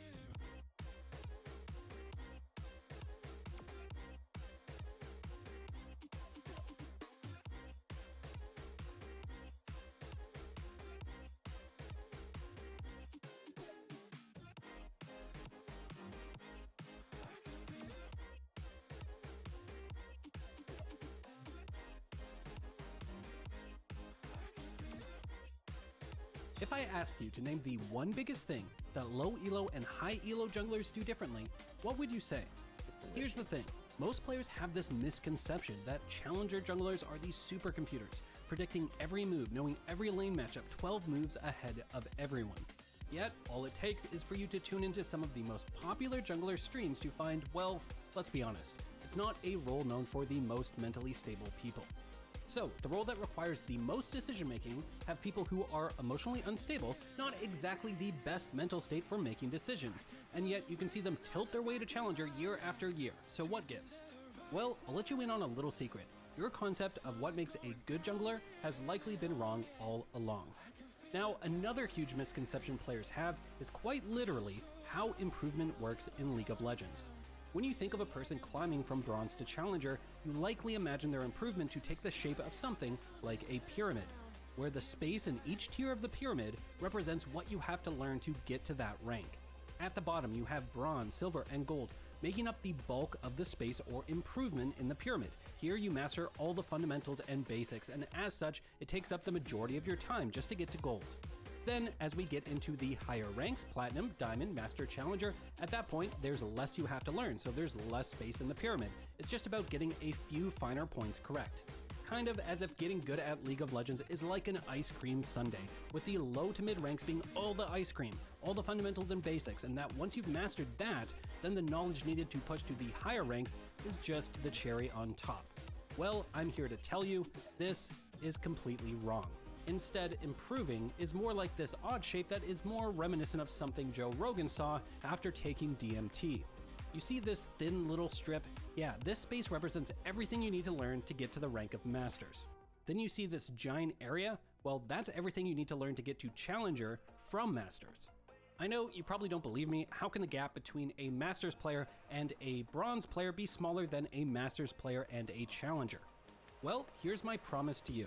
In this guide, we'll be going over the one biggest thing that makes the difference between a low elo jungler and a high elo jungler. I want you to think of this like the one improvement that gives you the most bang for your buck. Something that if you change today will give you the greatest results. I can guarantee if you implement this one change, it will quite literally make you play at a skill level at a full rank higher than what you're currently at. Alright, so with a promise like that, this tip should be something really special. Maybe you'll learn about vertical jungling or lane priority or that fancy word you always hear called tempo. Well, no, sorry to disappoint you. In reality, whether you're bronze, silver, gold, platinum, or diamond, the one biggest mistake you're making is that you're wasting time on forcing ganks or plays that are painfully obvious won't work. Don't believe me, right? Well, I'm going to show you each rank, starting with this gold Kayn. So far, Kayn has just been farming, as Kayn's do in the early game, and it's at this moment he spots Fiora chasing down his Garen and overextending top. So he decides to react, and you know what he gets out of it? He lands a single W. Now, I know a lot of you are probably thinking, really? This is the one biggest mistake? This doesn't seem like a big deal. The entire reason a play like this seems normal to you is, newsflash, why you're hard stuck. This is a massive loss, and I'm going to explain to you exactly why. Firstly, look at the time when Kayn first chooses to execute this gank. It's 5 minutes and 55 seconds. Then, look at the time when he decides to turn around after the gank fails. It's 6 minutes and 7 seconds. So it took Kayn 12 seconds to walk here, and that was with his very balanced E ability that lets him phase through walls. Well, now that's on cooldown. He has to walk all the way back to his Gromp, and he gets there at 6:20. That's a time loss of 25 seconds. Here's the thing, if you didn't just have a look of utter disgust on your face when I said he wasted 25 seconds, then you do not understand what makes a good jungler. Bear with me here, as what you're about to learn, I promise, will blow your mind and change the way you look at League. So, there's 60 seconds in a minute, right? Meaning the first 6 minutes of the game is equal to 360 seconds. However, the game doesn't really start until 1 minute and 30 seconds, as that's when camp spawn, minions arrive in lane, all that kind of stuff. So, we deduct 90 seconds from 360. That's 270 seconds of time to work with prior to the 6 minute mark. However, at the same time, the majority of junglers, such as Kayn, can't really gank and influence lanes until level 3 when they have access to all 3 of their abilities. In this particular game, that did not happen until 2 minutes and 22 seconds. So we can deduct another 52 seconds from 270, as this is the time we can't really use to do anything besides farm camps. What this means is that by the time it's 6 minutes into the game, Kayn has had only 218 seconds that he could have actually influenced anything on the map.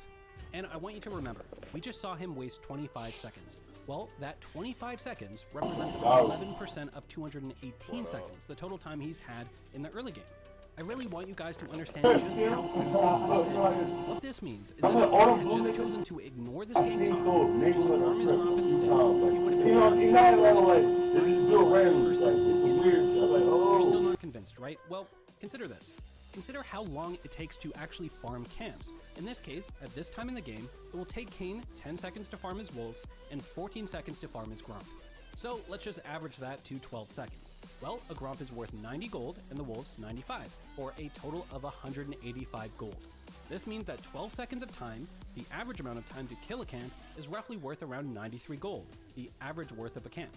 Or another way of thinking about it would be that every second of time is worth around 8 gold. In other words, that 25 seconds we just wasted, that 11% of our early game, can be thought of as losing 200 gold. That's more than half a kill's worth.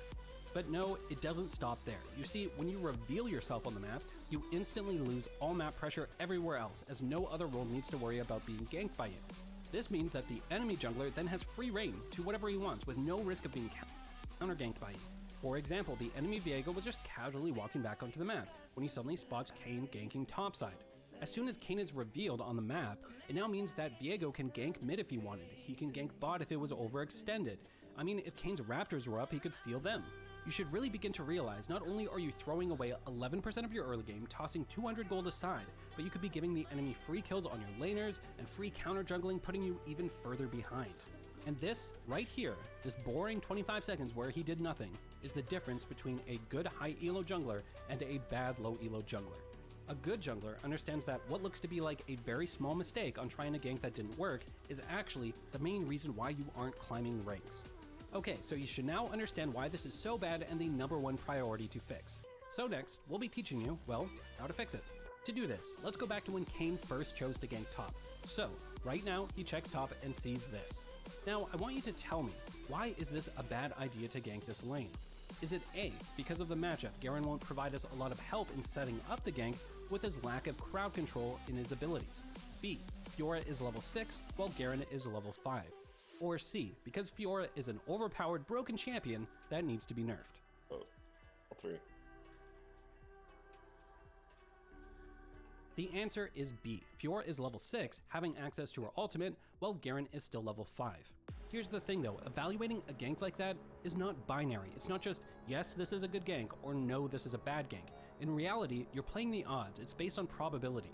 When looking at this lane, sure, sometimes Fiora will misplay and will be able to get a kill, let's say around 10% of the time. Sometimes Fiora will just straight up kill Garen or us due to her ult advantage, let's say that happens around 20% of the time. And the other 70% of the time, well, nothing happens, she just backs off, and this is what happened this time. Remember, you now know if nothing happens, that is a huge loss to you as a jungler. So what this means is that if we gank top, we only have a 10% chance of getting a kill, not exactly the odds we're looking for. The other 90% of the time, it's bad for us. Now, here's the trick to making all of this far easier to execute in your games. If you follow this one rule, I promise you, you will immediately start climbing. When you check a lane to evaluate whether a gank is possible, only ever execute that gank if you think more than 80% of the time you will get a kill.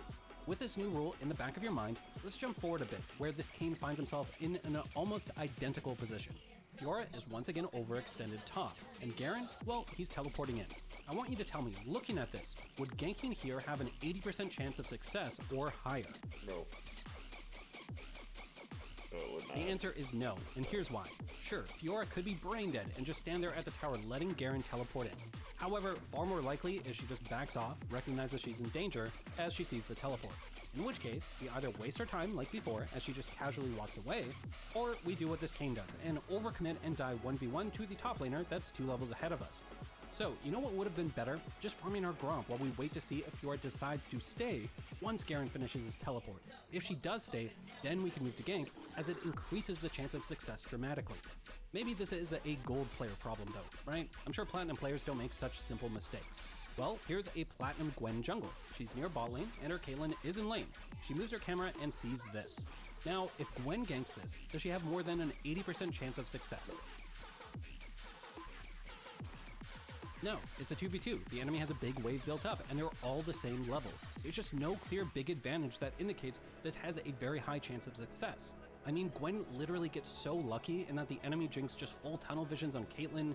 Jinx has horrible positioning, doesn't even play around her traps properly. If she even played this remotely well, Gwen is dead here. Instead, the best case scenario just results in her getting her flash. Meanwhile, Gwen and Caitlyn are now chunked out. Gwen wasted nearly 30 seconds of her time and revealed herself on the map, which you now know is just a horrible thing to do. Let's take this a step further though, looking at a Diamond Jarvan. So, Jarvan is doing his Gromp and he spots Lee Sin ganking his Jax top. We move our camera, and looking at this, do you think it's a good idea to move and counter gank? No. Lee Sin's up a level. Now, following our 80% rule, you should have said no, we shouldn't counter gank. I mean, it's a 1v2. And that's great as a starting point, but I want to show you how to build on that, to fine-tune your decision making a bit further. You see, when we look at this, it's unclear whether Jax will be able to get a kill on Kennen, whether he'll escape, or what the outcome is. So what you can do is move towards a lane where the outcome is unclear while you wait for things to play out a bit. Think of it like a very minor time investment instead of overcommitting. Then, shortly after, it will become much more obvious whether counter ganking is a good idea. In this case, Jax just died, so let's look top. Now, I want you to tell me, is it a good idea to continue moving to gank this lane or not? No. Well, it's a bad idea. We definitely don't have that 80% chance of success or higher. For one, we're moving through lane, so it's not like we have some sort of good angle. They could just walk away as soon as they see us. Second, it's a 1v2, meaning if we were to use all of our abilities and flash to kill Kennen, well then Lee Sin would just turn on us while our abilities are on cooldown and kill us. Instead, if we look at the minimap, we can see scuttles are spawning soon, and we have lane priority in mid lane. We could just wait in a brush by the top scuttle for Lee Sin to go to it, then jump him from that brush, and have our mid lane rotate first to win the fight. If Lee Sin just gives up the scuttle, great, we then get the scuttle for free, can then impact mid first with a transition gank into the bot side scuttle and impact bot first. Instead, Jarvan goes full on monkey brain. Lee Sin got killed, we get killed too. Just forcing plays where the outcome is at best a coin flip, resulting in a typical low elo fiesta where he eventually dies. Again, this Jarvan is diamond. This is what solo queue below Masters looks like. All you have to do is stop forcing plays where the outcome isn't clearly in your favor, and you'll see instant improvement. So, shortly after, once Jarvan respawns after the play top, Jarvan is killing Raptors and sees the Janna support rotating from mid back to bot. Keep in mind, Janna is full health, full mana, all abilities up. Our mid laner isn't even in lane while the enemy Veigar is. Once Jarvan finishes killing his Raptors, he then begins to move to Janna to make a pick. Looking at this screenshot, in what world would killing Janna happen more than 80% of the time? She has the full health, mana, all abilities up, we don't have lane priority in mid lane. It's just a terrible idea. You can see how all Jarvan is accomplishing at this moment is wasting his time. Meanwhile, he could be heading topside to farm his camps that are there. Also, what exactly are we fighting over here? A pink ward? Why take such a risky, unclear fight for the most minuscule of advantages? By the way, Jarvan lost around 45 seconds of time due to this choice, when you factor in his death timer and the time it takes to walk from base back onto the map, and it's not even 6 minutes yet. That's more than 20% of his entire early game, just thrown away on this one play. We're still not done though, as once he respawns, he clears his wolves and heads to his Gromp where he spots Lee Sin. I want you to keep in mind, Lee Sin is level 6 to Jarvan's level 5.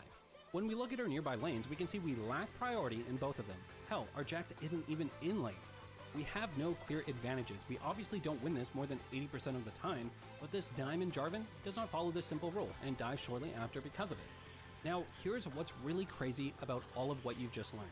In every single one of the clips we just went over, at no point was any of these plays forced. Each one of these mistakes, which were by far the biggest cause of them losing, was actually done by their choice. These players from Gold to Diamond actually chose to waste their time on ganks that didn't work. They chose to take fights that resulted in their death. They are quite literally choosing to lose. These aren't opponents outplaying them, it's not that their teammates suck, they are simply forcing plays that are not there. So the next time you queue up as a jungler, before you gank a lane or take a fight, just ask yourself, does this work out more than 80% of the time?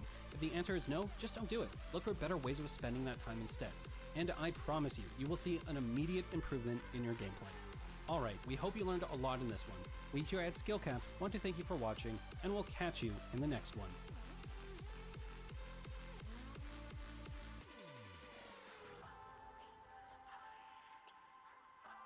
Well, that's fun.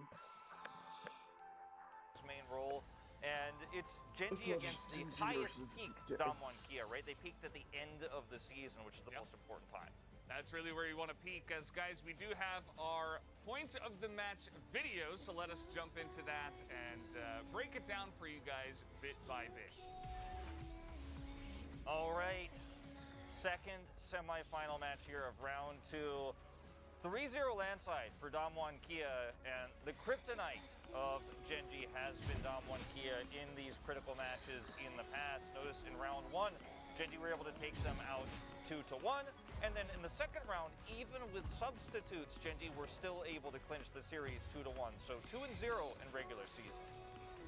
You can see the playoffs here, round 1, Damwon Kia very dominant against Predaprion as well. And this was not a surprise to anyone, even though there was a bit of a jinx. They did end up losing that match to Predaprion in regular season. When it mattered most, Damwon Kia showed up big time. And it's very reminiscent of the series we saw with T1 yesterday. A little bit of limit testing, a little bit of Nocturne, very aggressive stuff. Absolutely, and guys, a huge matchup in the jungle will be Peanut up against Canyon. And this has been big. I mean, Peanut was able to lead Nongshim last year. Now he's joined the super roster of Genji, and he's really taken off once again. He is first in his KDA here in the jungle. There's a lot we can say about Peanut, even first in counter jungling as well. He's been extremely active. I think he's been also enabled by his lanes, but he's up against the guy who just got a new record of the MVP points, the POG points that we do have. Canyon pulling out all these new picks, even the Nocturne, kind of defining the jungle meta himself instead of just, you know, trying to go back to the Morgana. But in the mid lane as well, we have Showmaker and Chovy, a matchup in the past that's been so historic. 29-25, Showmaker does lead the charge here when you look as far back as 2018's Kespa Cup. So huge storied matchup here. But it's one of the most difficult ones to define right now because Showmaker has had an off season. A lot of people aren't even putting him at number 3 right now.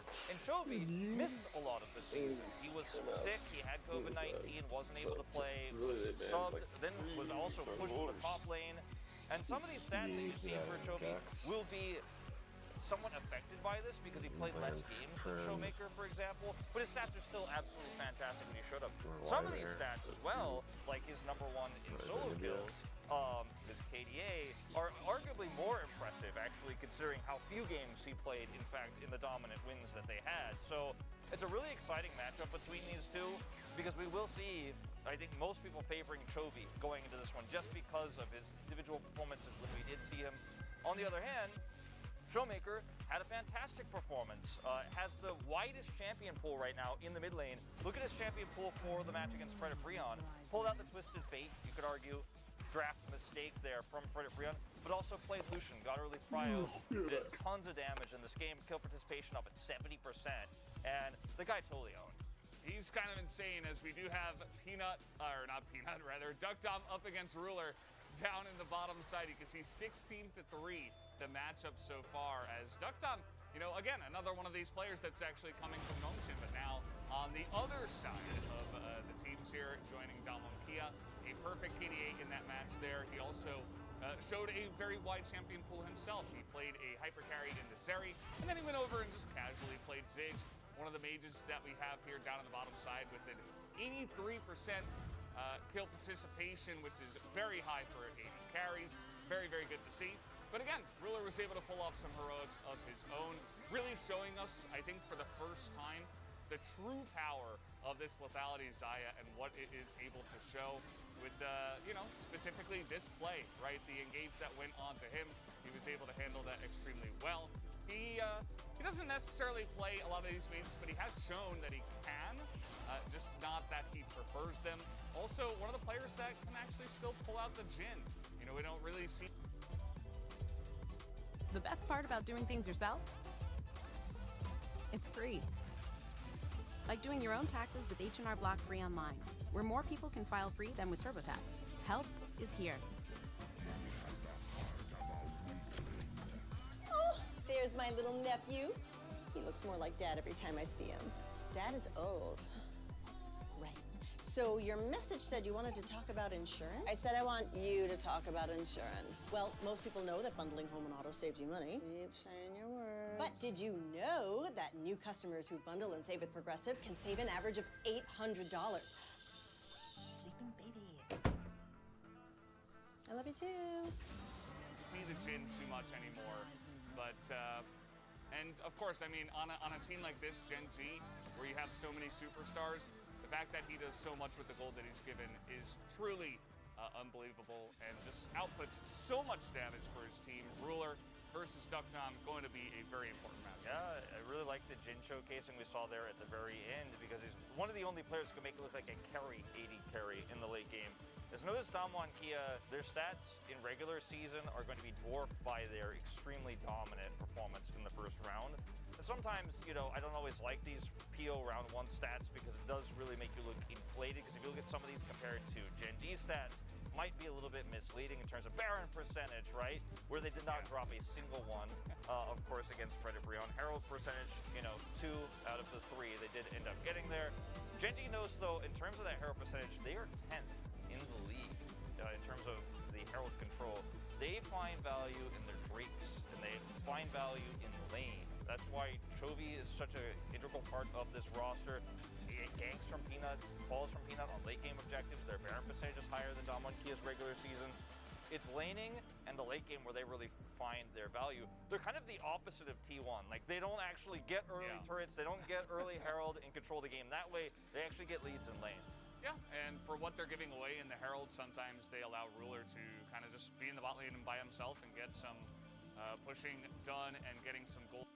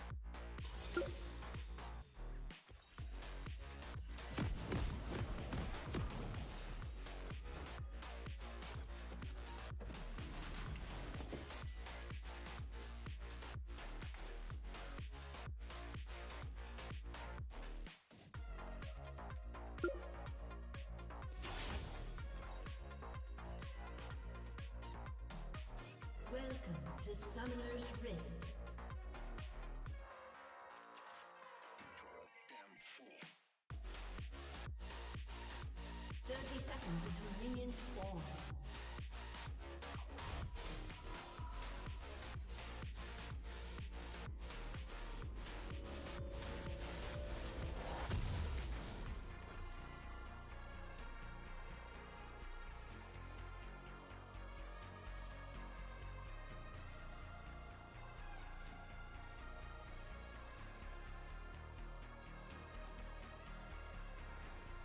Minions have spawned.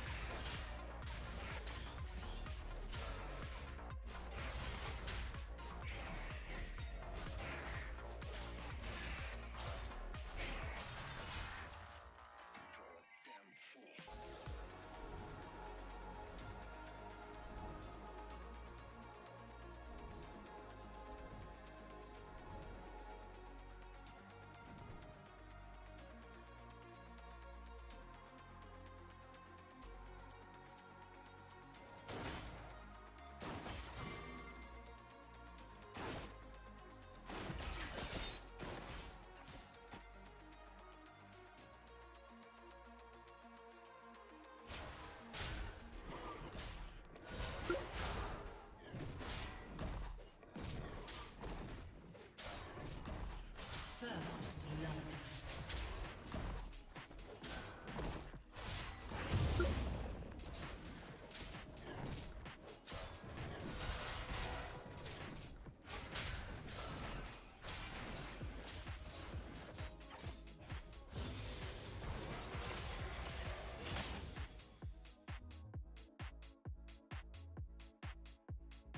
An enemy has been slain.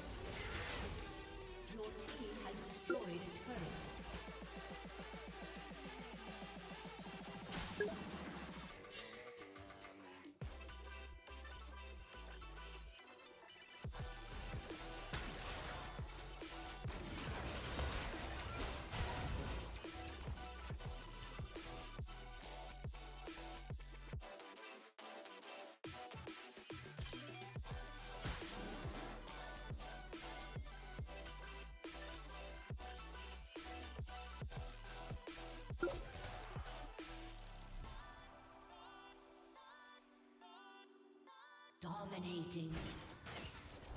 Shut down. Enemy double kill.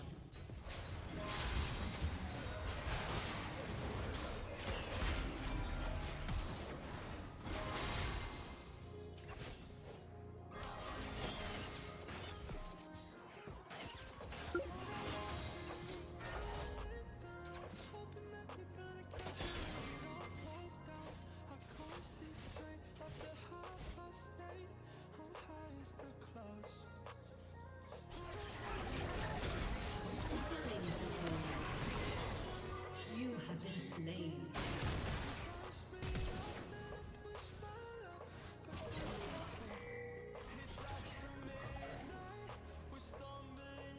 Turret plating will fall.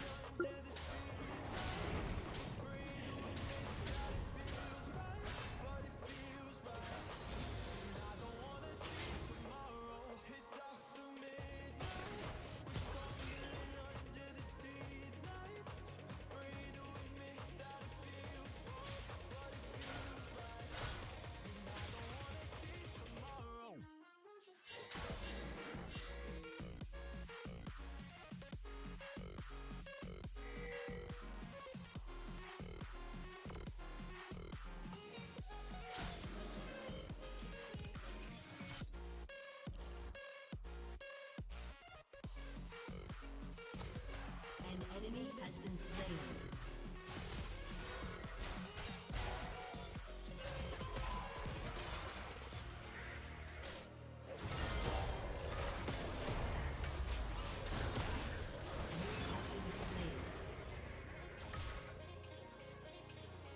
Rampage. Your turret has been destroyed.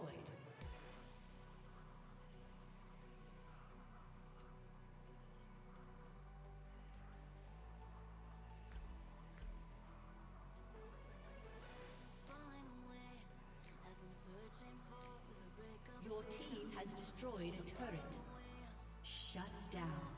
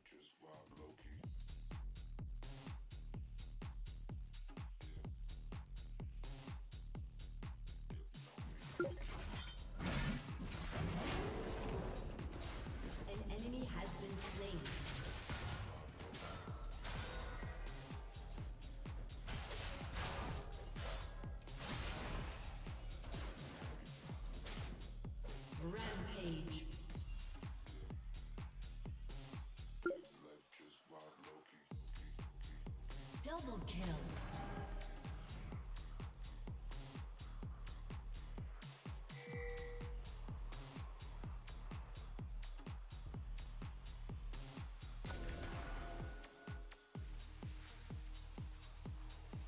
Your team has destroyed a turret.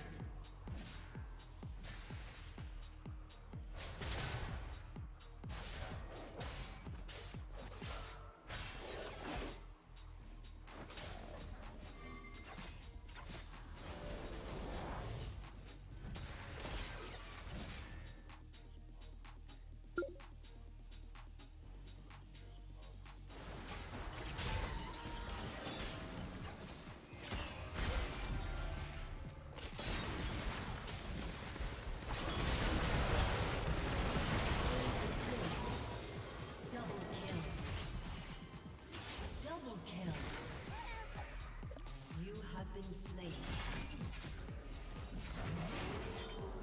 Ace.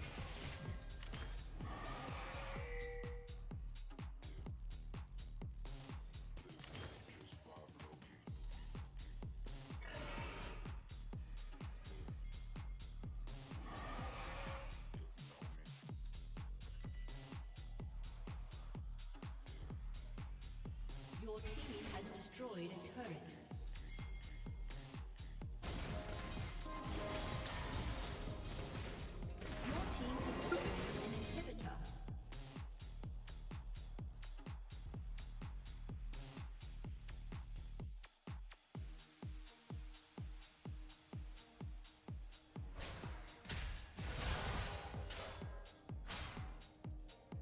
Your team has destroyed an inhibitor. Shut down.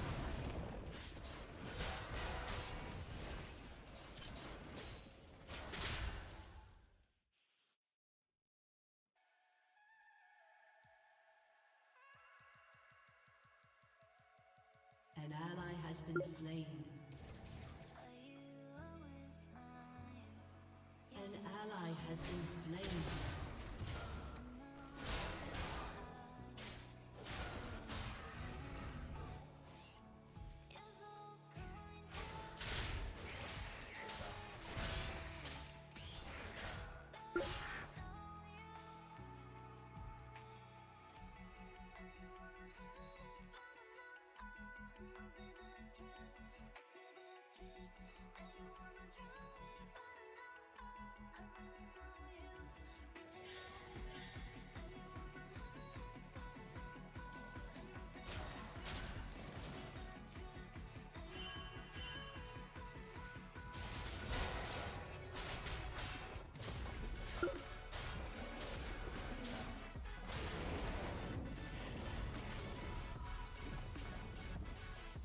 Unstoppable.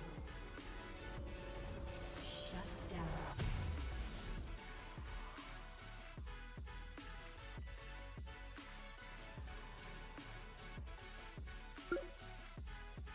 An enemy has been slain.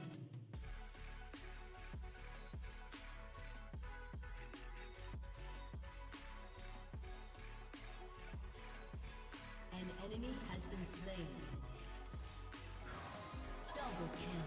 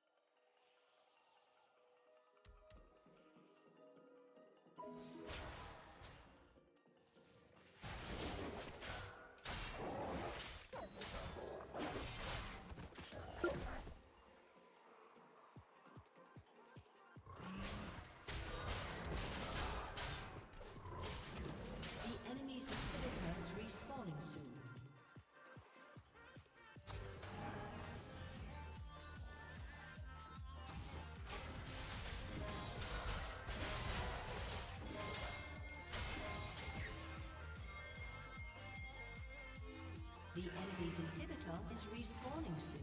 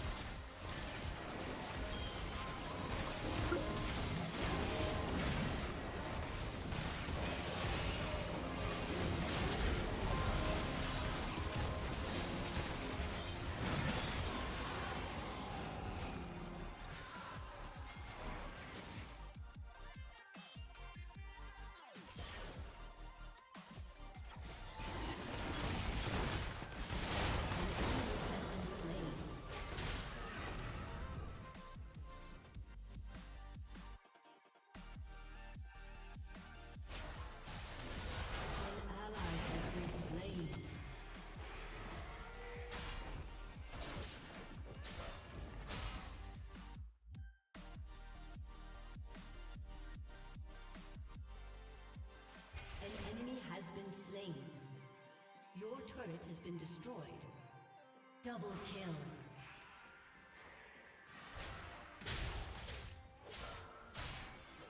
Your team has destroyed a turret. Killing spree. Killing spree.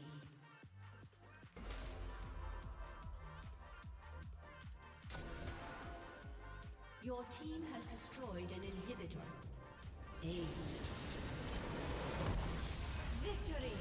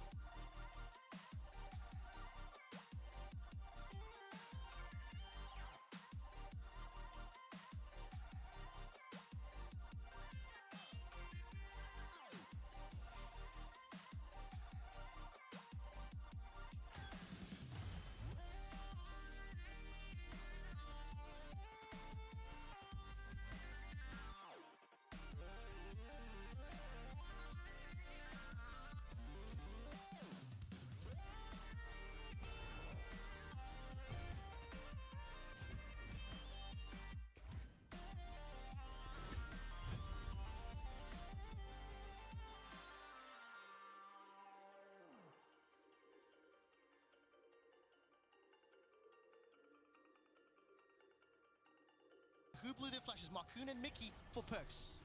I think that it was wise of XL to back off. Contesting that in a straight-up 4v4, I don't think would have gone in their favor.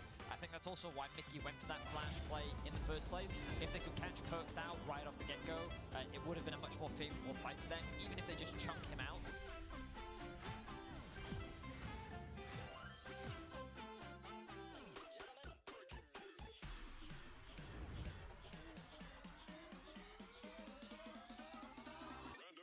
Saxophone madness.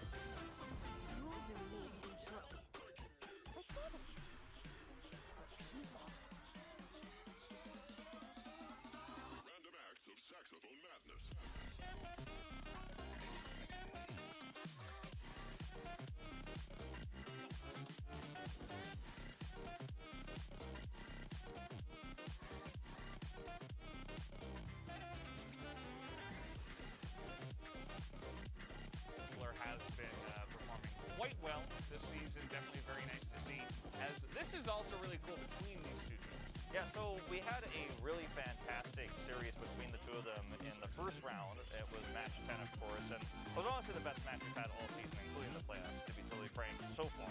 And we saw Ornn for the first time in that series. We saw Samira come out, and also we got to see Lehen play the Sin. But it wasn't just Gen G who were showing us unique picks. We got to see Samira also played on the opposite side for Damwon Kia. This is the series where Canyon defined Diana still being relevant. It was a really exciting first game we had there with the Twisted Fate. And also bringing out the Kassadin that he loves to play so much in these playoff matches. So I do think that we're in for a series where, if it goes the distance, which is the expectation, we will definitely see some more new picks for Showmaker, #1 champion pool right now in the mid lane. And you look at the second time they played against each other, it was also, we saw the return of Camille. Sion made it come back. We also saw the Nidalee come through. Then Doran was like, well, I'm going to pull out the Fiora. We saw Renata for the first time. Jarvan as well, making a bit of a return during that time because he had fallen off big time. Just every time these two teams clash, which has been twice so far, it goes the distance, and we see a lot of depth of champion pool. Yeah, it just kind of defines what both of these teams are able to do in terms of their champion oceans for a lot of their different players.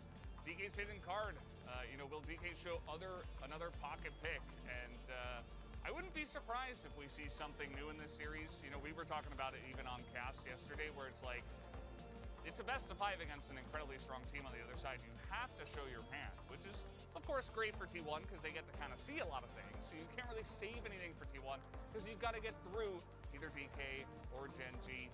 And so I think we're going to see some kind of pocket pick, some kind of weirdness here, some new strategies. Otherwise, I don't know if...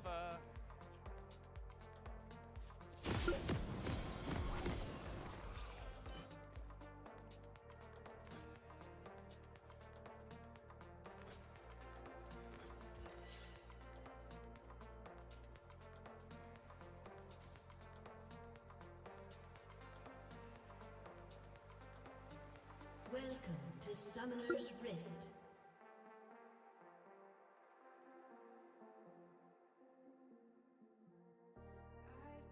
"30 seconds until minions spawn.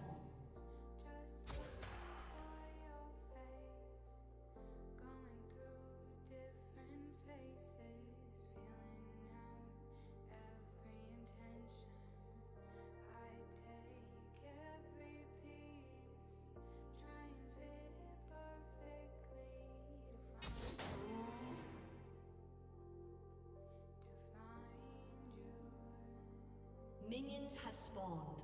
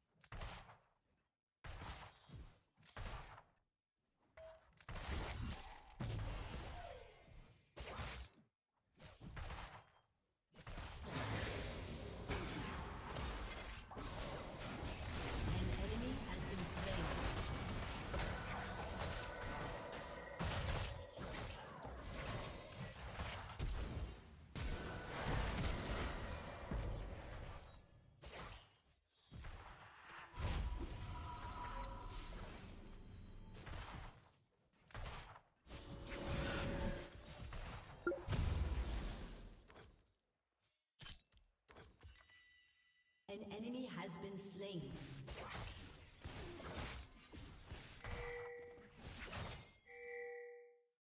Double kill.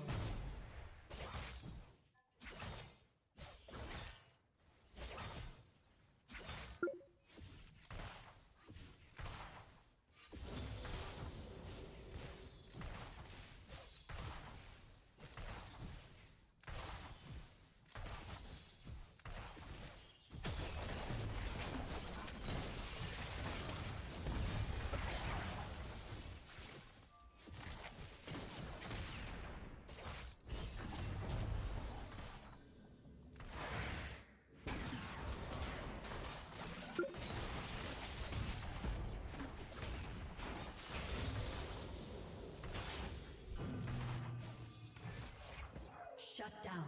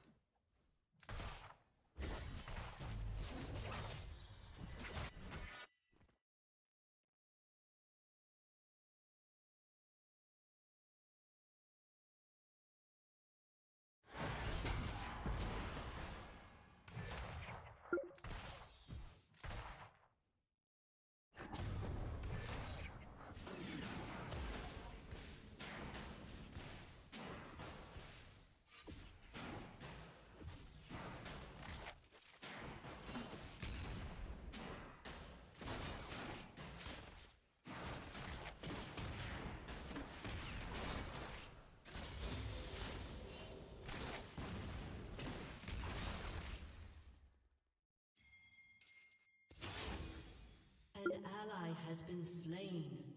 An enemy has been slain.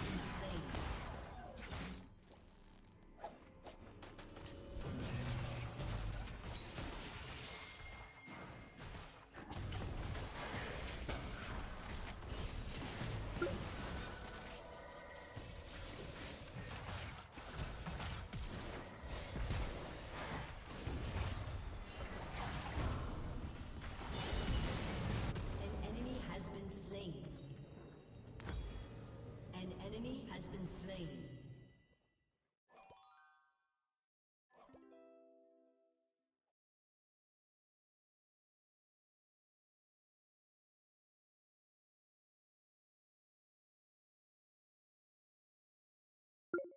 Shut down.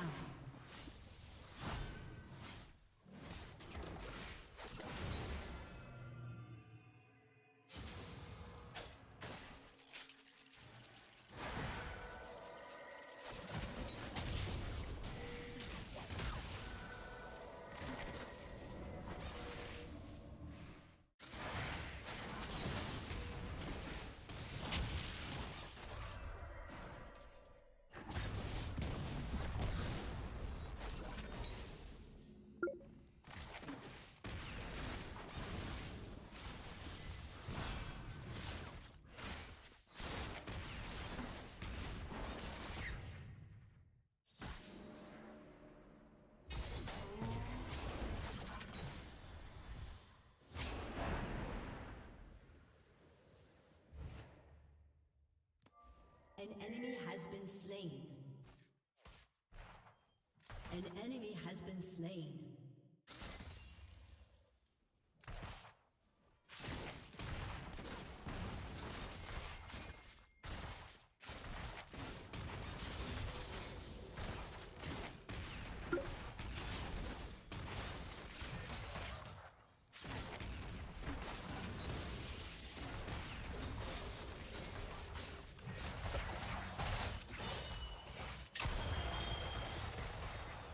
Turret plating will soon fall.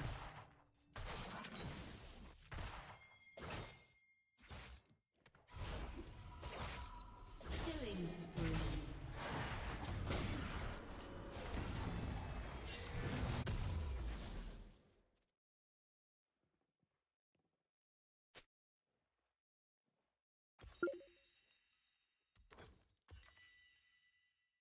Killing spree.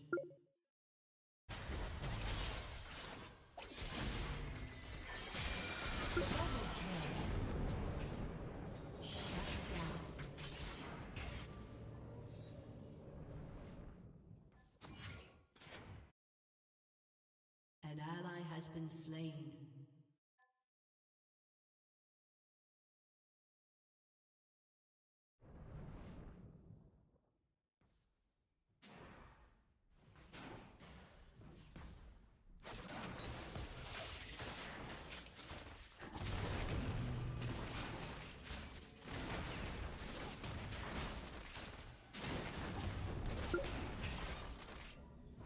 Unstoppable. Shut down.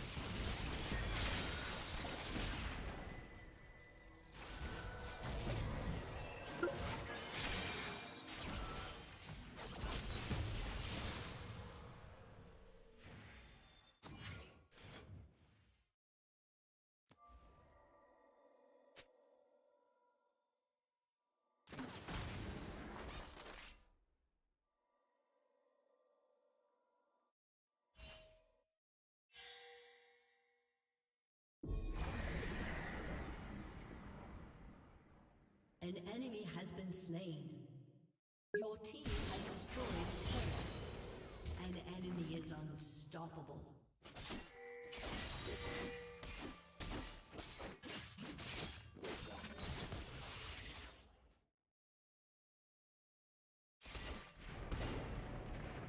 An enemy has been slain. Double kill.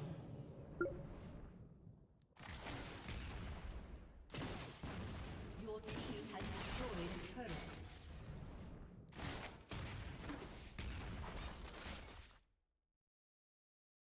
An enemy has been slain. Shut down.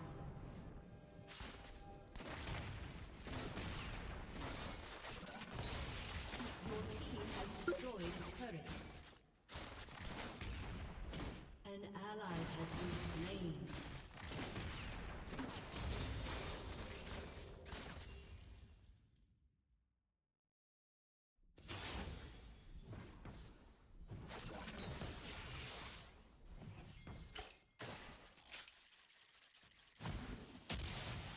You have been slain.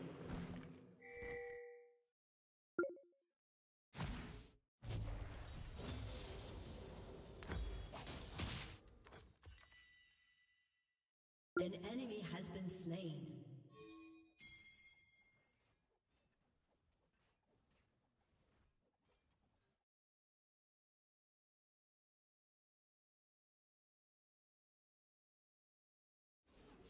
An enemy has been slain.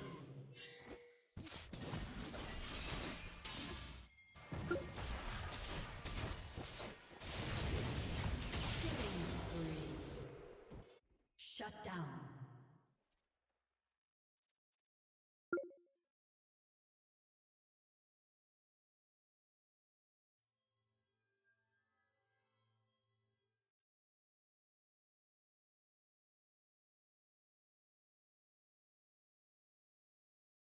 An enemy has been slain.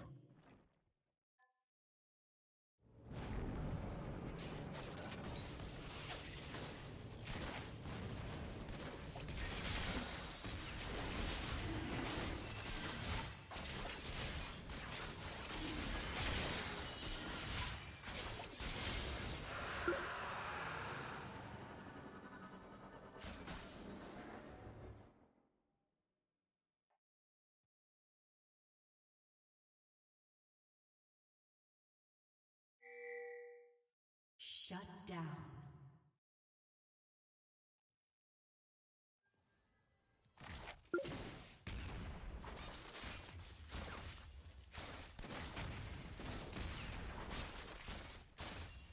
An enemy has been slain. Shut down.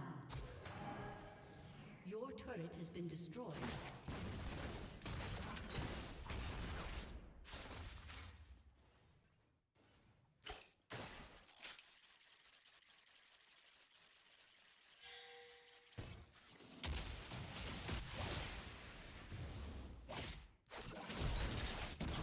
You have been slain.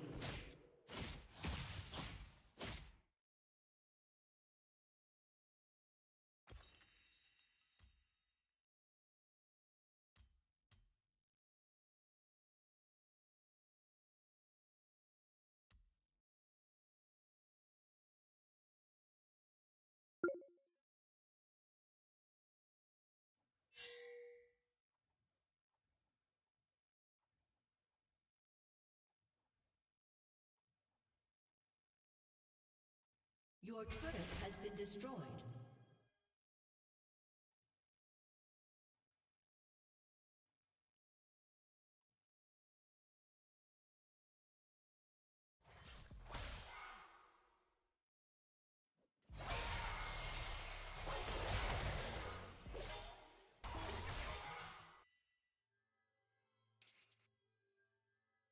Killing spree.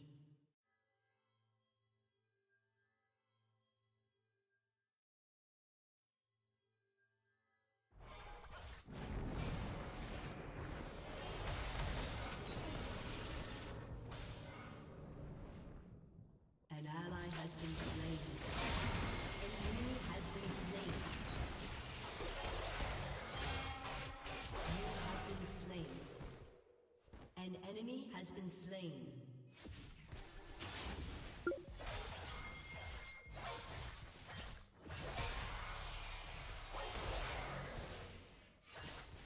An enemy has been slain.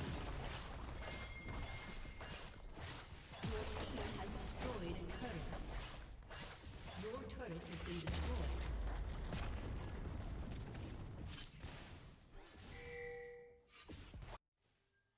Killing spree. Your team has destroyed an inhibitor.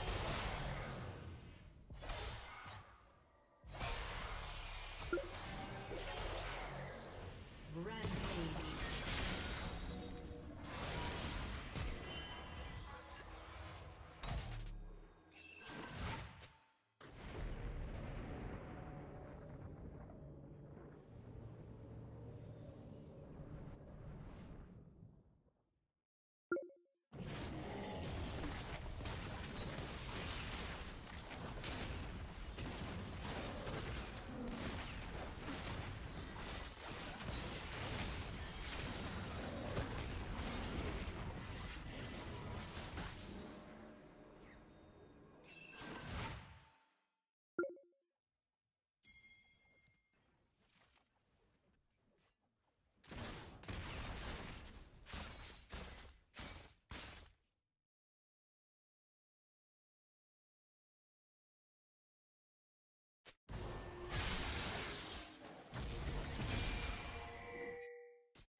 An enemy has been slain.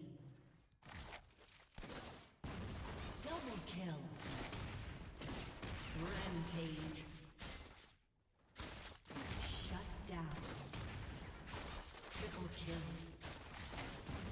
Double kill. Aced.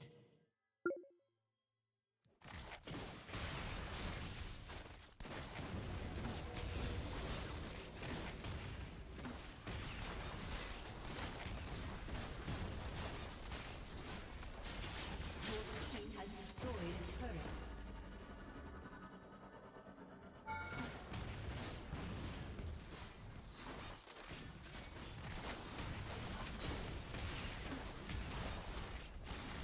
Your team has destroyed a turret.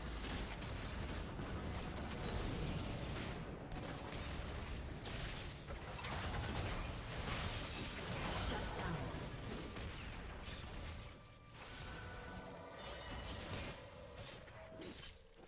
Your team has destroyed a turret.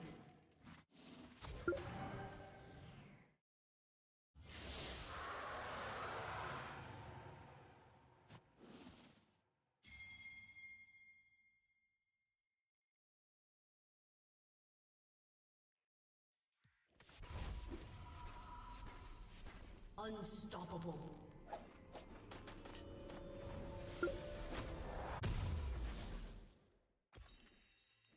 Double kill. Triple kill.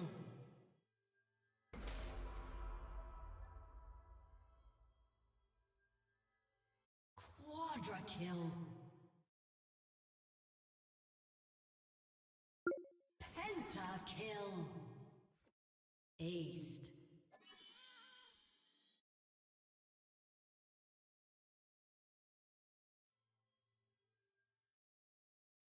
Your team has destroyed a turret. Your team has destroyed a turret. Your team has destroyed a turret. Your team has destroyed an inhibitor.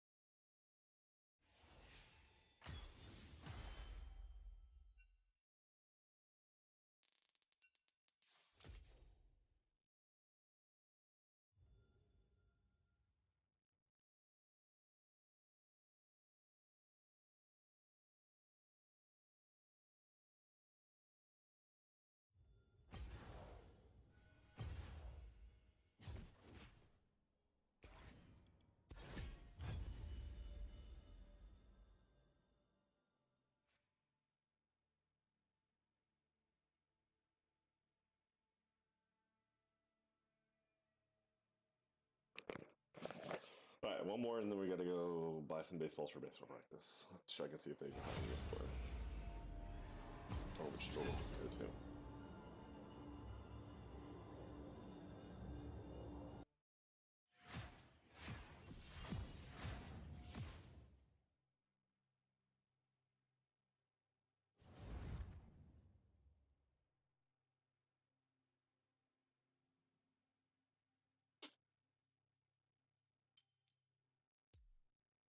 .5 KD on a Jing. Not great.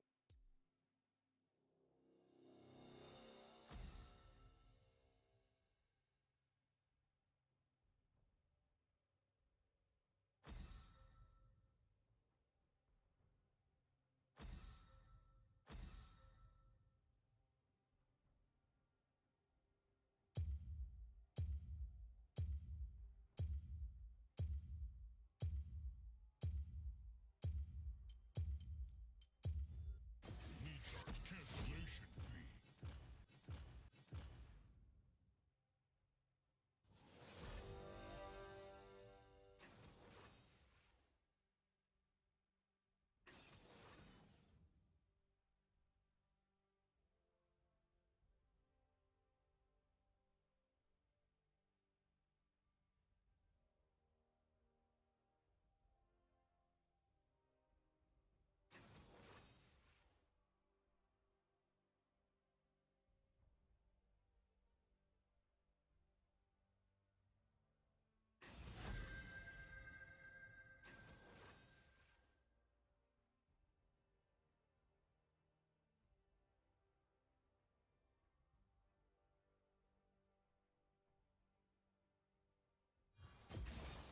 Rules are made to be broken. Like buildings. Or people.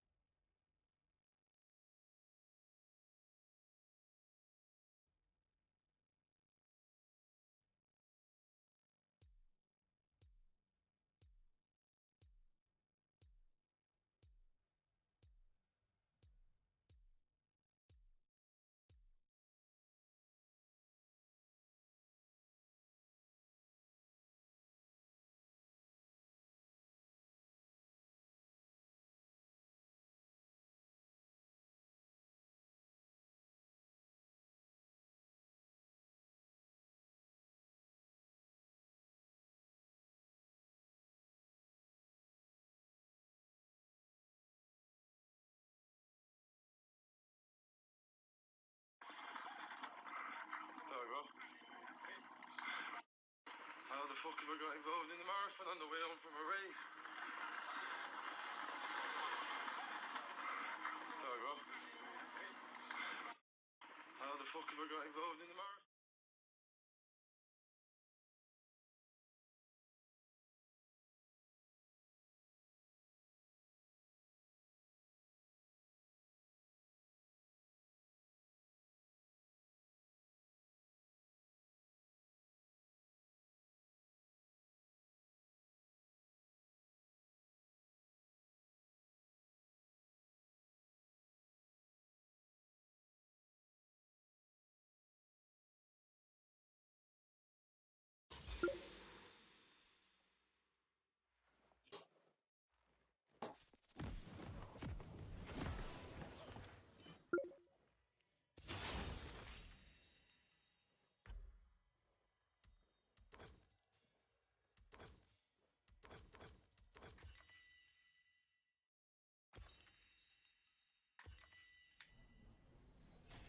Welcome to Summoner's Rift.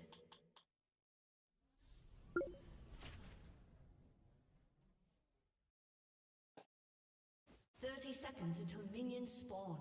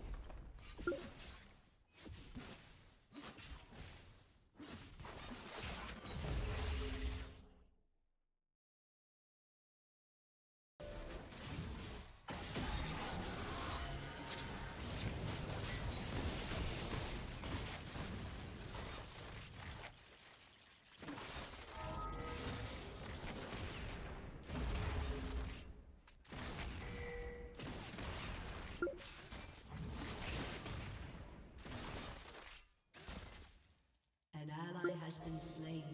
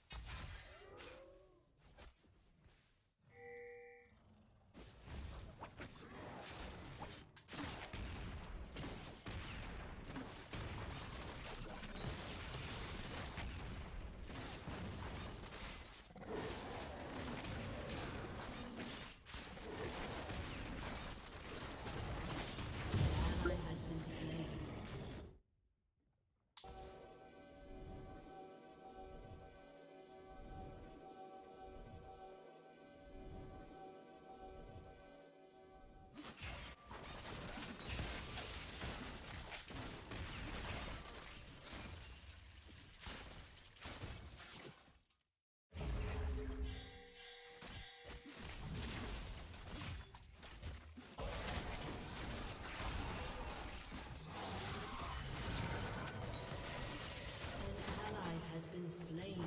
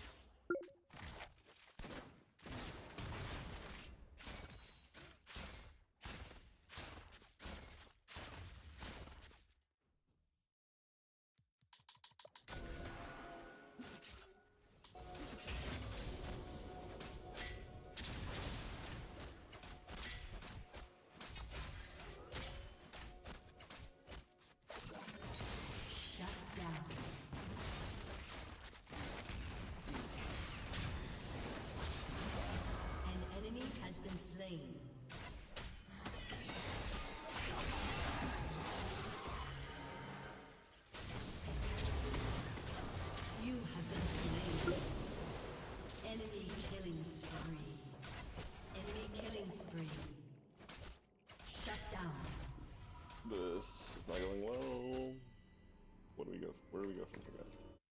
Talk to me. What do we do from here?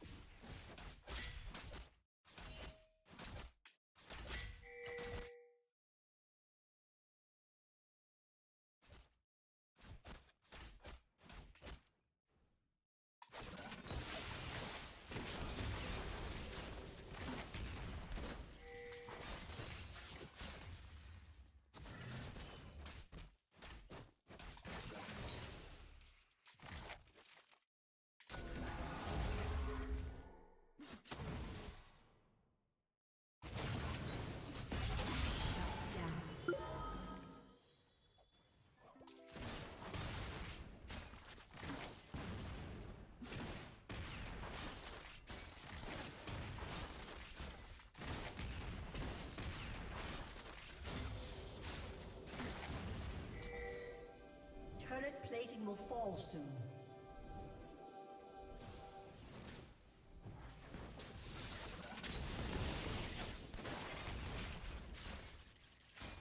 An ally has been slain.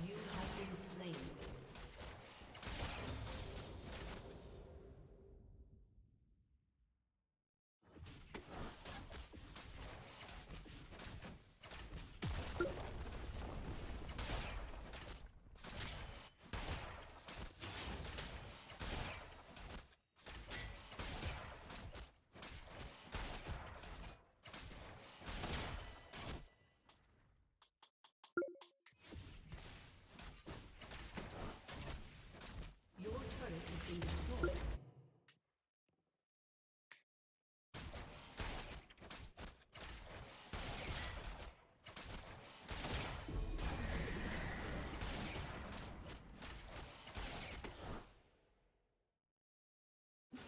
Your team has destroyed a turret.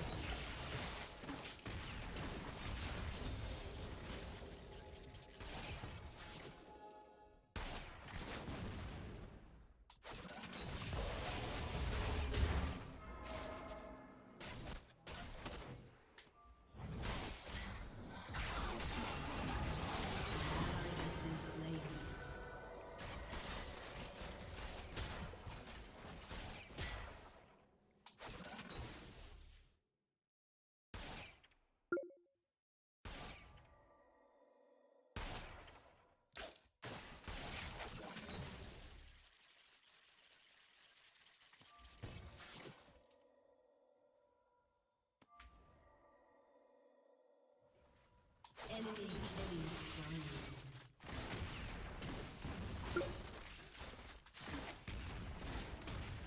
An enemy has been slain. An ally has been slain.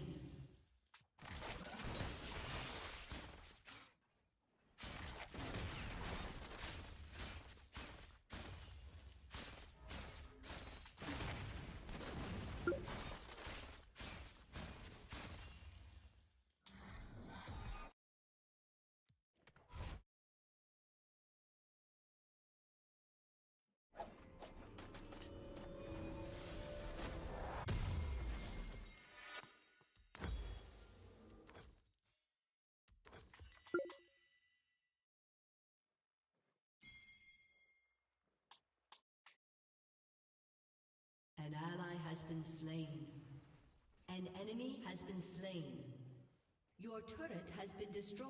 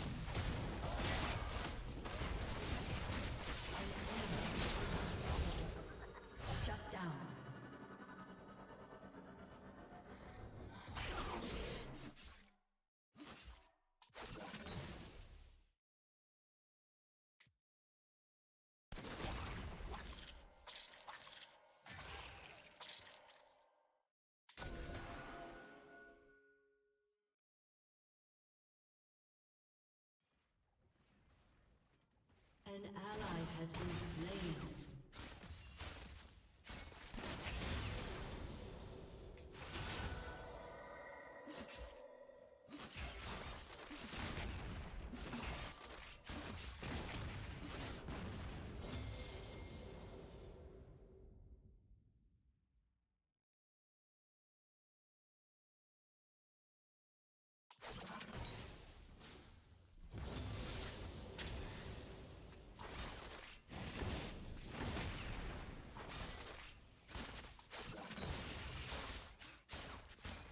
An enemy has been slain.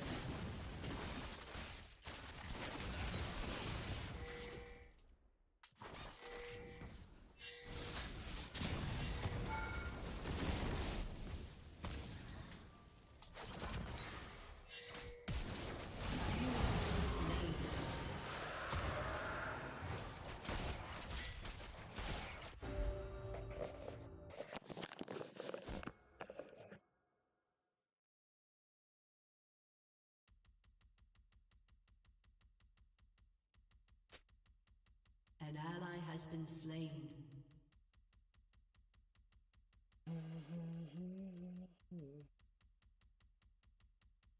An ally has been slain.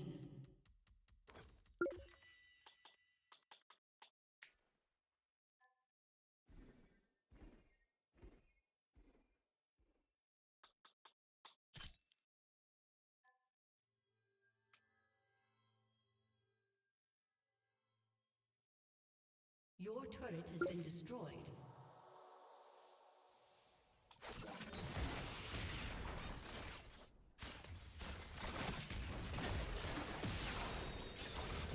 You have been slain.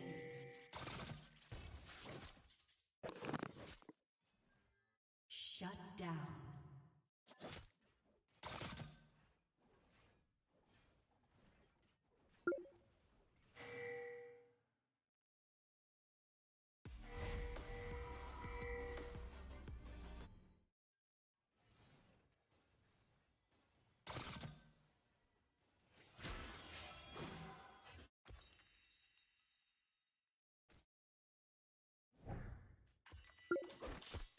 An ally has been slain. Shut down.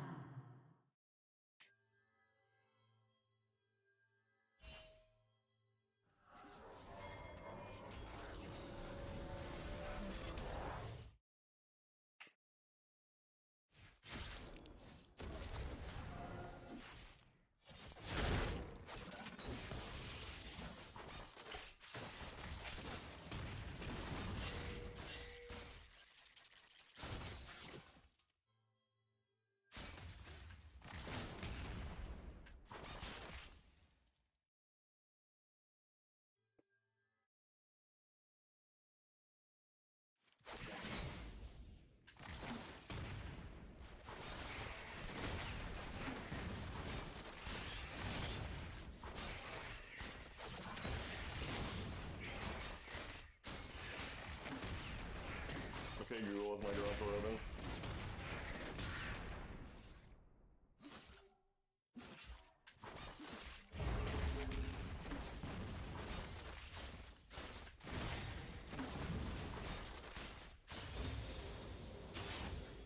An ally has been slain. Shut down. An ally has been slain.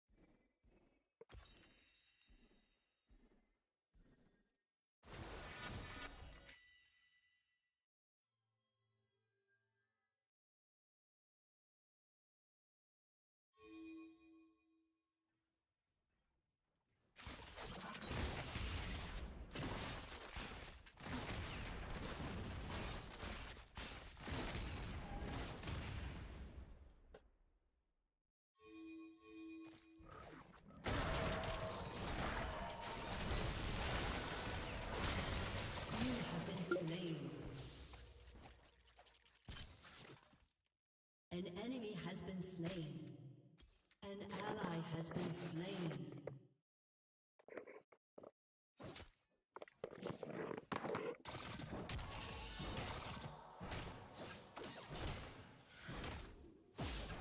Shut down.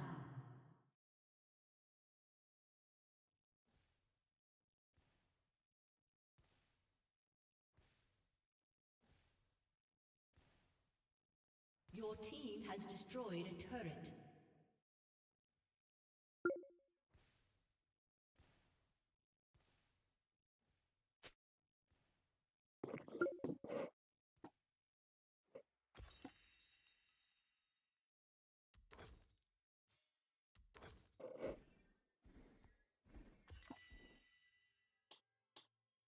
Your turret has been destroyed. Your team has destroyed a turret. An enemy has been slain. An ally has been slain.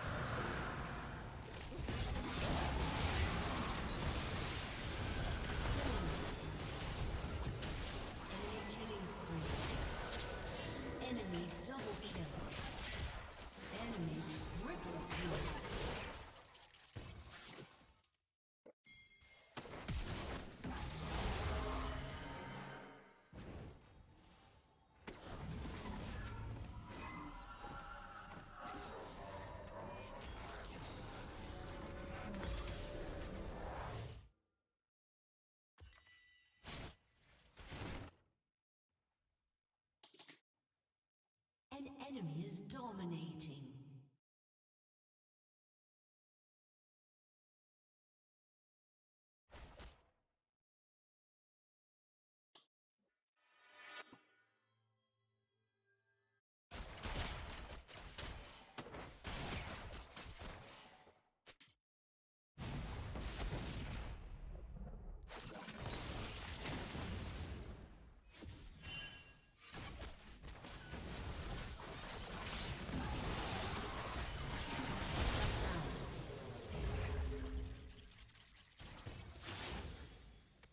Turret has been destroyed.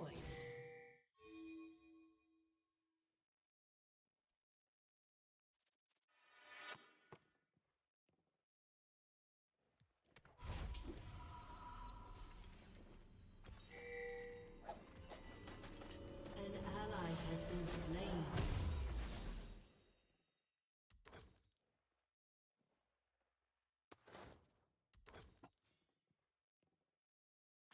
An enemy has been slain. An enemy has been slain. Double kill.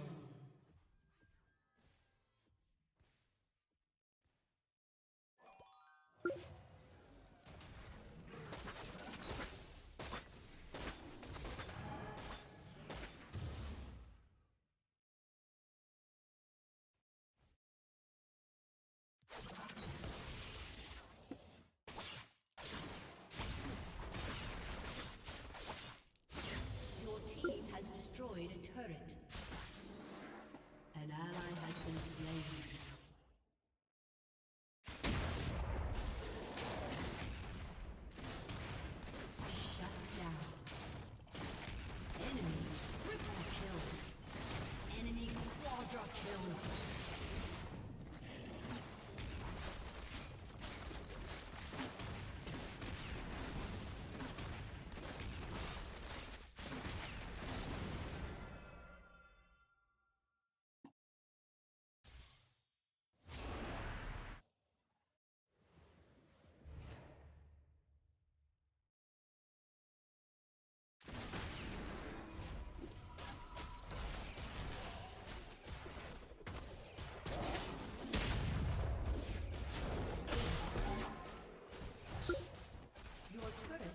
destroyed.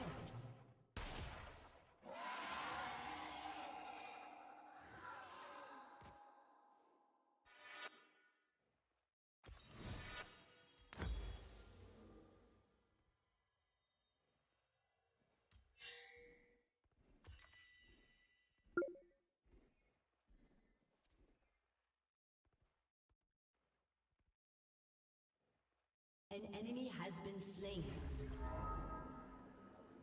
An ally has been slain. An enemy has been slain.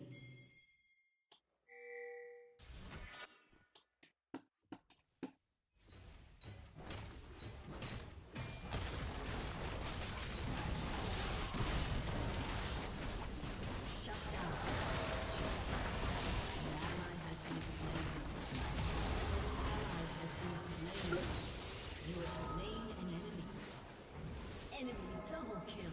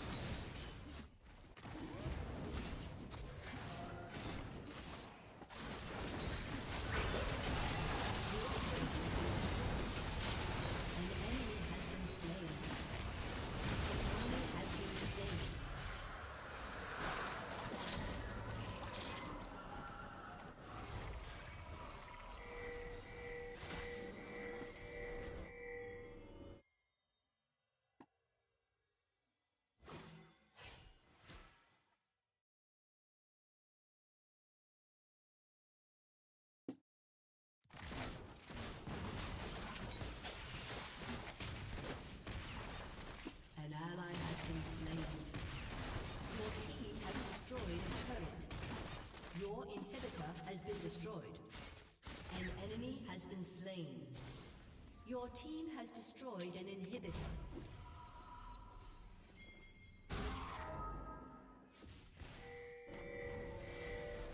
Your team has destroyed a turret.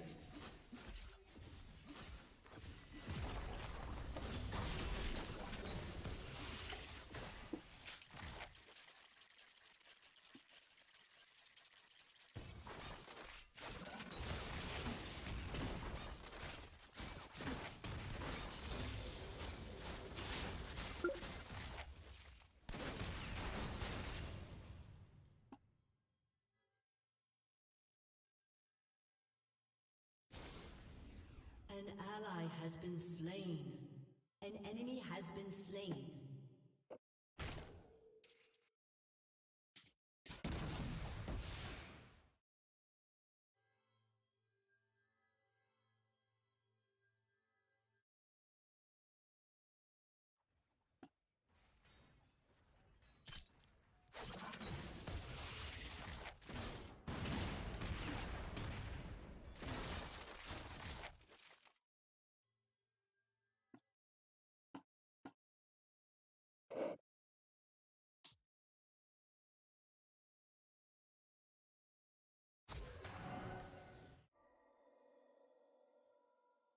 Your team has destroyed a turret.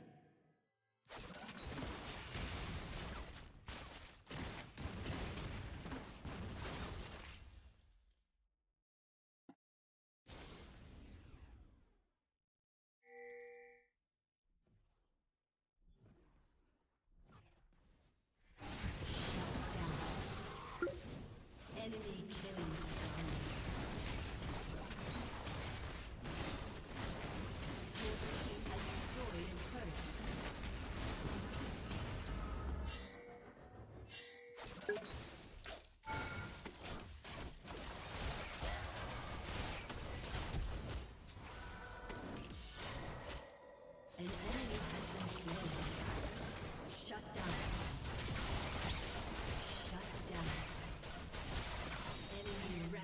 Rampage.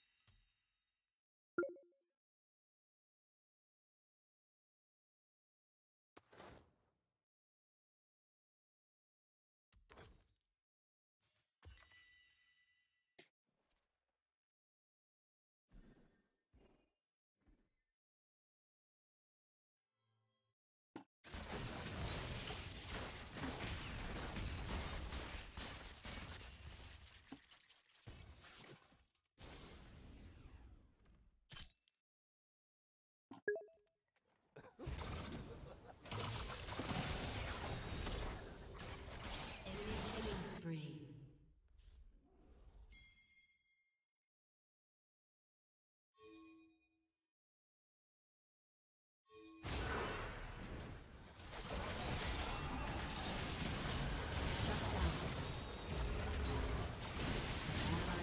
Slain. You have slain an enemy.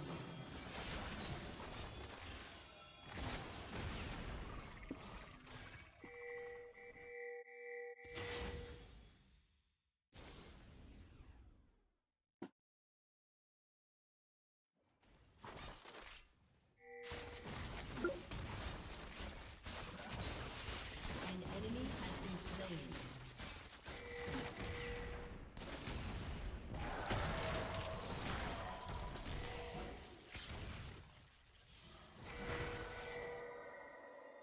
Your team has destroyed a turret. You have been slain. Your inhibitor is respawning soon. Victory!